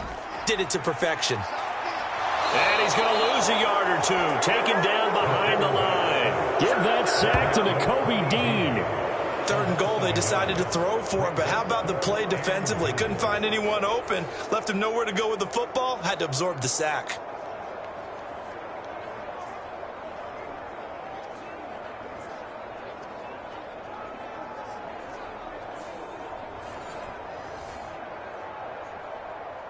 Tyler Bass out for the Bills field goal. From the left hash, a chip shot here.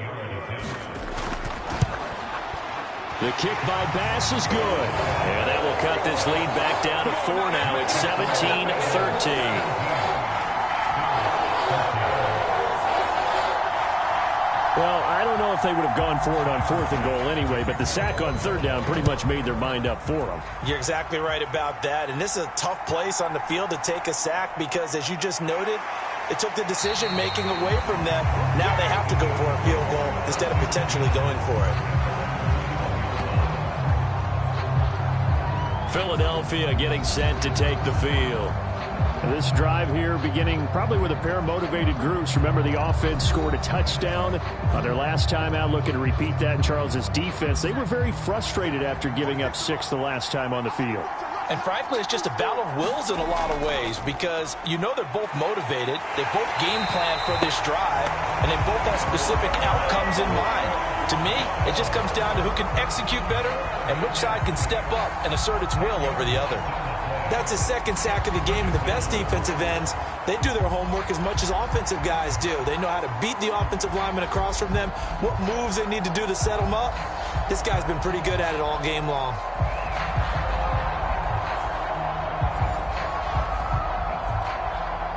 So now 20 yards to go on 2nd down after the sack. Work to be done. Looking to throw. McCartney, he'll get this one complete. That's A.J. Brown.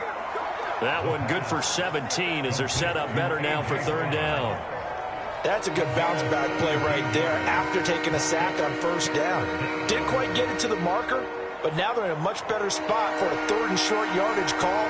If you're the offensive coordinator, you like looking at that section a heck of a lot better than trying to figure out 3rd and long.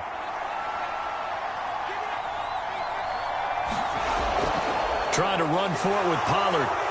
And they get him down, but not before he takes it across the 40-yard line.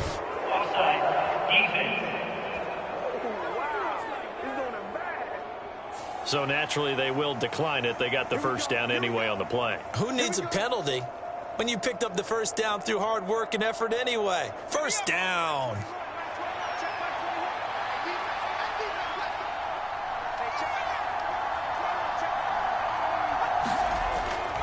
Pollard, he'll take it up the gut. And he takes it past the 45 and down at the 46. 5 yards is the tally on 1st down. That brings up 2nd and 5. That's a really nice, tough run inside, and they gained 5 yards on it. And to be frank about it, most offenses don't expect to get 5 yards on a play call like that. So when they do, they go back to their huddle with a little pep in their steps. They're starting to think that they're starting to dominate the line of scrimmage. This will be caught by Brown. And A.J. going to pick up an Eagles 1st down as he'll be taken down at the 46. 3 quarters in the books. This is the National Football League on EA Sports. Back now in Buffalo. It's the Eagles in possession of the football and leading this one as we get ready to start the final quarter. They'll set up to run the quarterback draw. He'll lose a yard there, and it's 2nd and 11.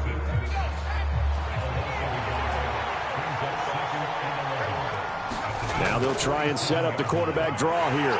And again, this Buffalo defense there and run support to stop him behind the line. A loss of 1, now a loss of 2, and they're staring at a 3rd and 13. And they have just not been able to block him at all throughout this game. Seems like every other play, he's doing something in the backfield. Already got 2 sacks, and now here's a tackle behind the line.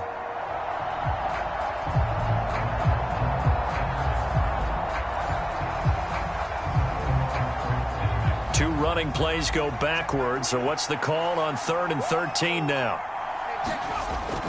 Back to throw. McCartney. He's going to find his running back. It's complete. And he's going to be stopped here at the 43, and that is not near enough to pick up the 1st. 5 yards, not enough, and it'll be 4th down. I know it was a gain, but you have to sense probably a little bit of disappointment there because when it's out there in open space, I think they expect to get more out of a play, don't you? Especially when you're getting it to your guy out of the backfield. You're expecting him to be able to create something, be a little more shifty. Yeah, no doubt about it. Good open field tackling held into an okay gain.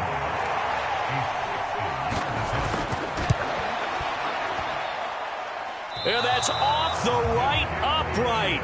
Thought it might sneak in, but it did not. It's no good. And this will stay a 4-point game.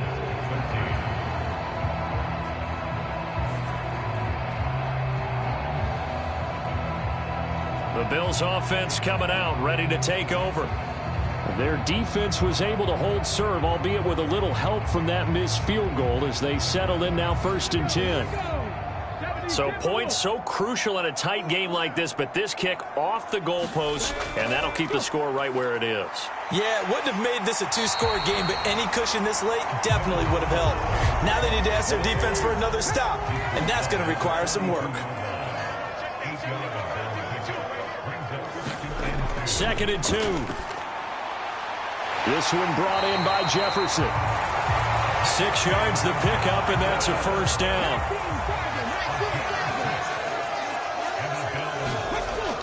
They'll look to throw here.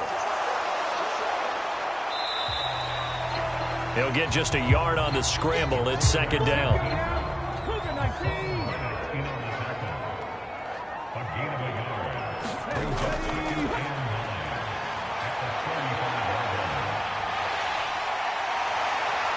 And they'll get this one to about the 20-yard line. The escapability in evidence there as that one good for 15 and a 1st. These are running back numbers that he's accumulating right now. Received double-digit carries and has rewarded them by breaking the century mark in rushing, in addition to what he's done through the air. Definitely MVP caliber football we're witnessing.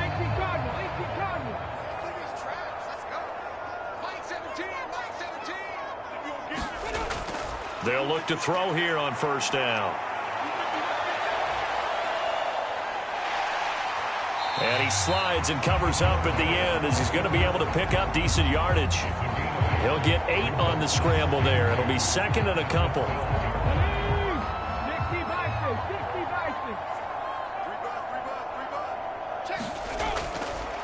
They'll look to throw. Over the middle, it's complete. And the Bills are going to have a 1st and goal as the tackle is made at about the 5.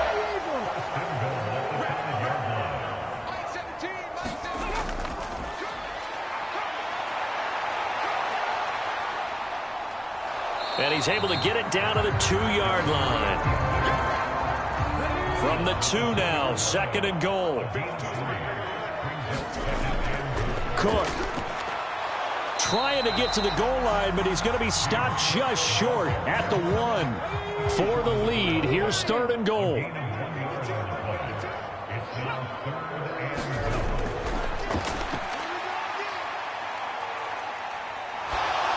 That's to the pylon and incomplete.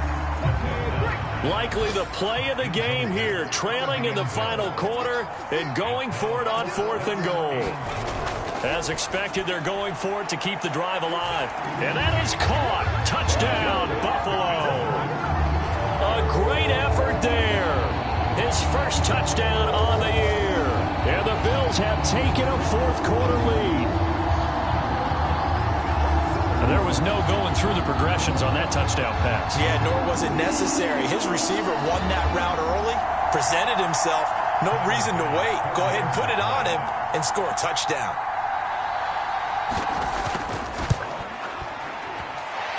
Extra point by Bass, up and good.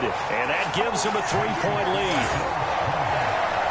The 10-play drive that time. And it culminates in a Bills touchdown.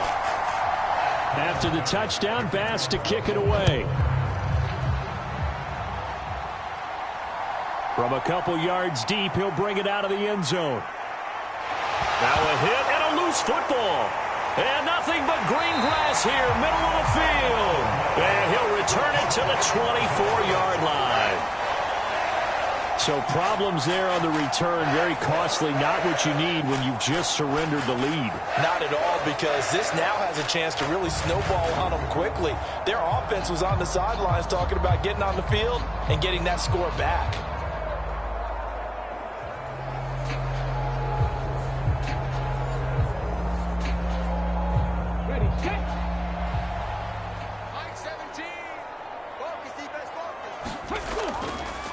Now Cook running right, and they're going to stop him right at the line of scrimmage. Just no cutback lane to be found whatsoever. 2nd and 10. From the shotgun, he'll look to throw. There's Stephon Diggs for the catch on the slant.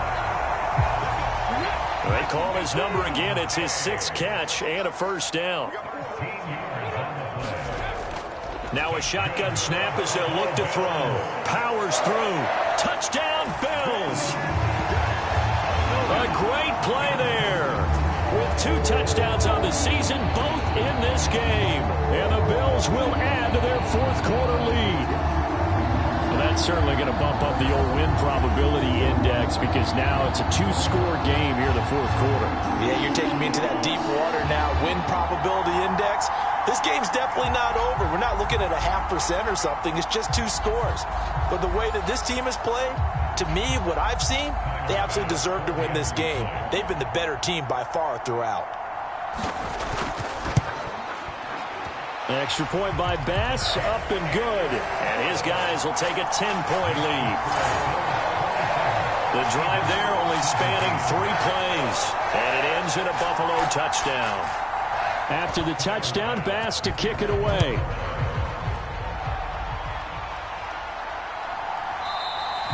And not willing to risk another fumble. He'll sit on this one. It's a touchback. It's Devontae Smith and the Eagles ready to go on offense. They have to like what they've gotten from him in this game. Think about the accumulation of catches. 8. The yards per catch now, because you're getting more than a first down every time he's touching the ball. This is the kind of game you want when you're able to throw it out wide. Absolutely. Over 100 yards, has the 8 catches. Throwing to start the drive. McCartney. And they take him down. The Bills get to him. Chase Young able to record his 5th sack of the season. Boy, that's tough, Charles. First play of the drive, you're hoping to stay ahead of schedule. You take that huge sack, and now you're facing 2nd and a mile. And the entire time, you were probably thinking the same thing I was. Either get rid of the ball, safely, of course, or go down. The yardage he gave up on that play, that's going to be tough for them to make up. That huge loss on the sack makes this job much more difficult. It's now 2nd down and 22 yards to go. Now a throw here to his running back. And out of bounds across the 15-yard line.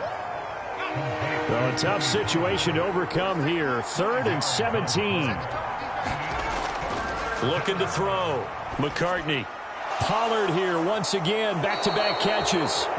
And he'll be stopped at the 27-yard line, well short of the first down marker.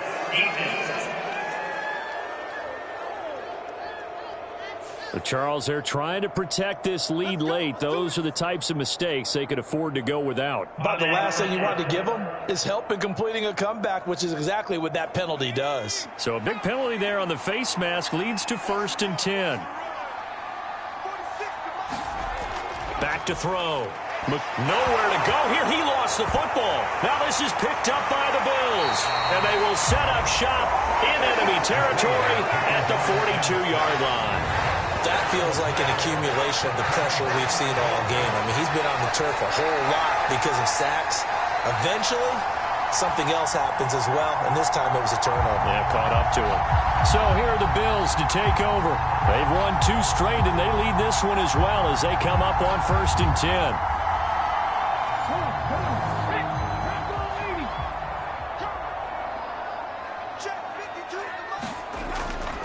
Give to Cook out of the gun. And this one's going to go the wrong way. Losing yardage back at the 42. Officially, it's a 1-yard loss. That's going to bring up 2nd and 11. Got to figure now, after getting that turnover, they're just going to be happy to keep the ball on the ground, right? This is where covering the football, taking care of the ball, all the ball security terms that have ever been used, they come into play for the guys on offense right now. Just take care of it, and they've got a good chance of ending up winning this game. A loss of a yard there to start out. That leads to a 2nd and 11. A 10th carry in the game for Cook. And he's going to get back to the original line of scrimmage, but that's about it. The Bills on 3rd down. They've converted a 1/3 of their opportunities, 3 for 9. This is 3rd and 10. They'll look to throw. And he can't get rid of it. He's taken down. Call it a loss of 4 there on the sack. And speaking of the number 4, it brings up 4th down now. A CD, a little bit of feast or famine for him. He's had some success throwing the football, but also now he's been sacked 4 times. Yeah, you just mentioned the 4 sacks, but you're right. He has managed to hang in there and make plays at times.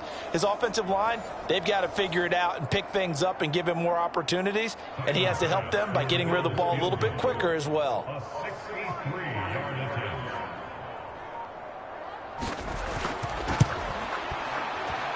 The kick by Bass is good, and the Bills will add on to their lead.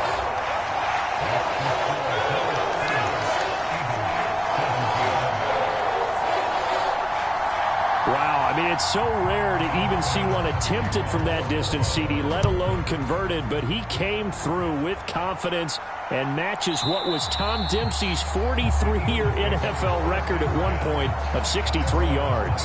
Yeah, I can still see that highlight of Dempsey making that kick, and nowadays we see it a little bit differently because, remember, Dempsey was a straight-on kicker. But these guys nowadays, the range keeps increasing, and they keep putting it through the posts. They'll come up 1st and 10 here. Throwing to start the drive. McCartney. It's complete to Brown, right side. And this will leave him a yard short.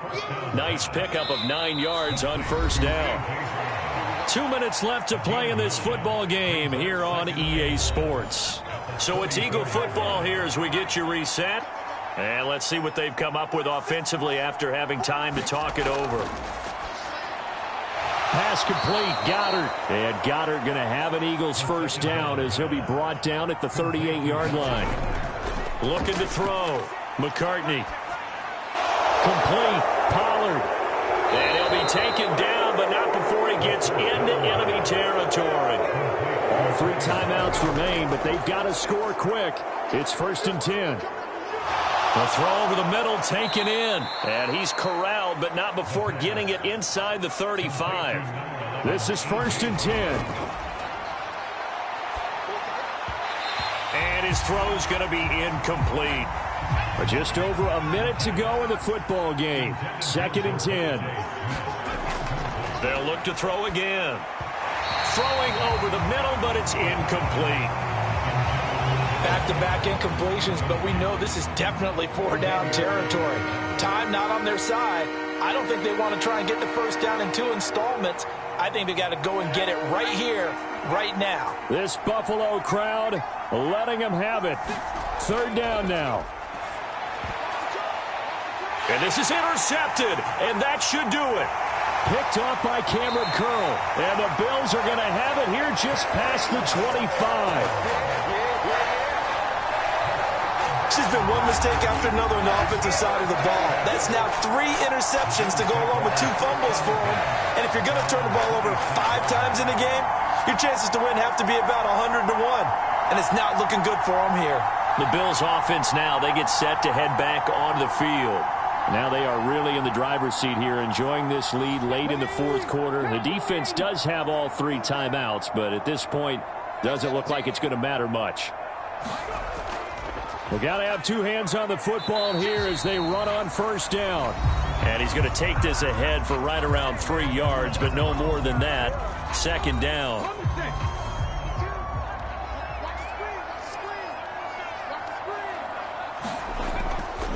He's going to get it again. Just looking to get forward and protect the ball.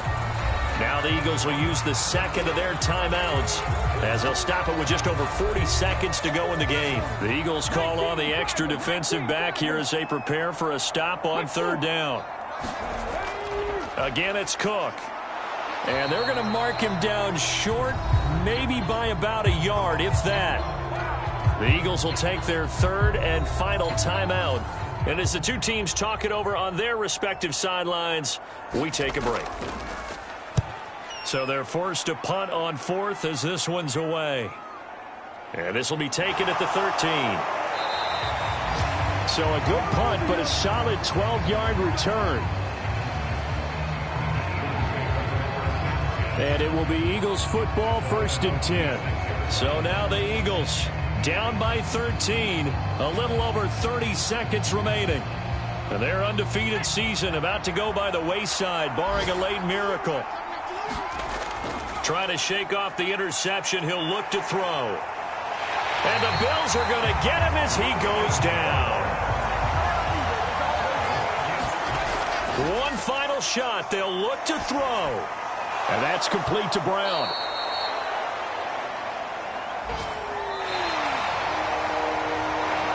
So it's a victory here for the Buffalo Bills. And you've got to say, CD, it was the defense who had a big part in the W. Well, without question, when you force 4 turnovers, you get to enjoy the spoils of victory, don't you? It's rare that you force 4 turnovers and lose a ball game. That's almost unheard of.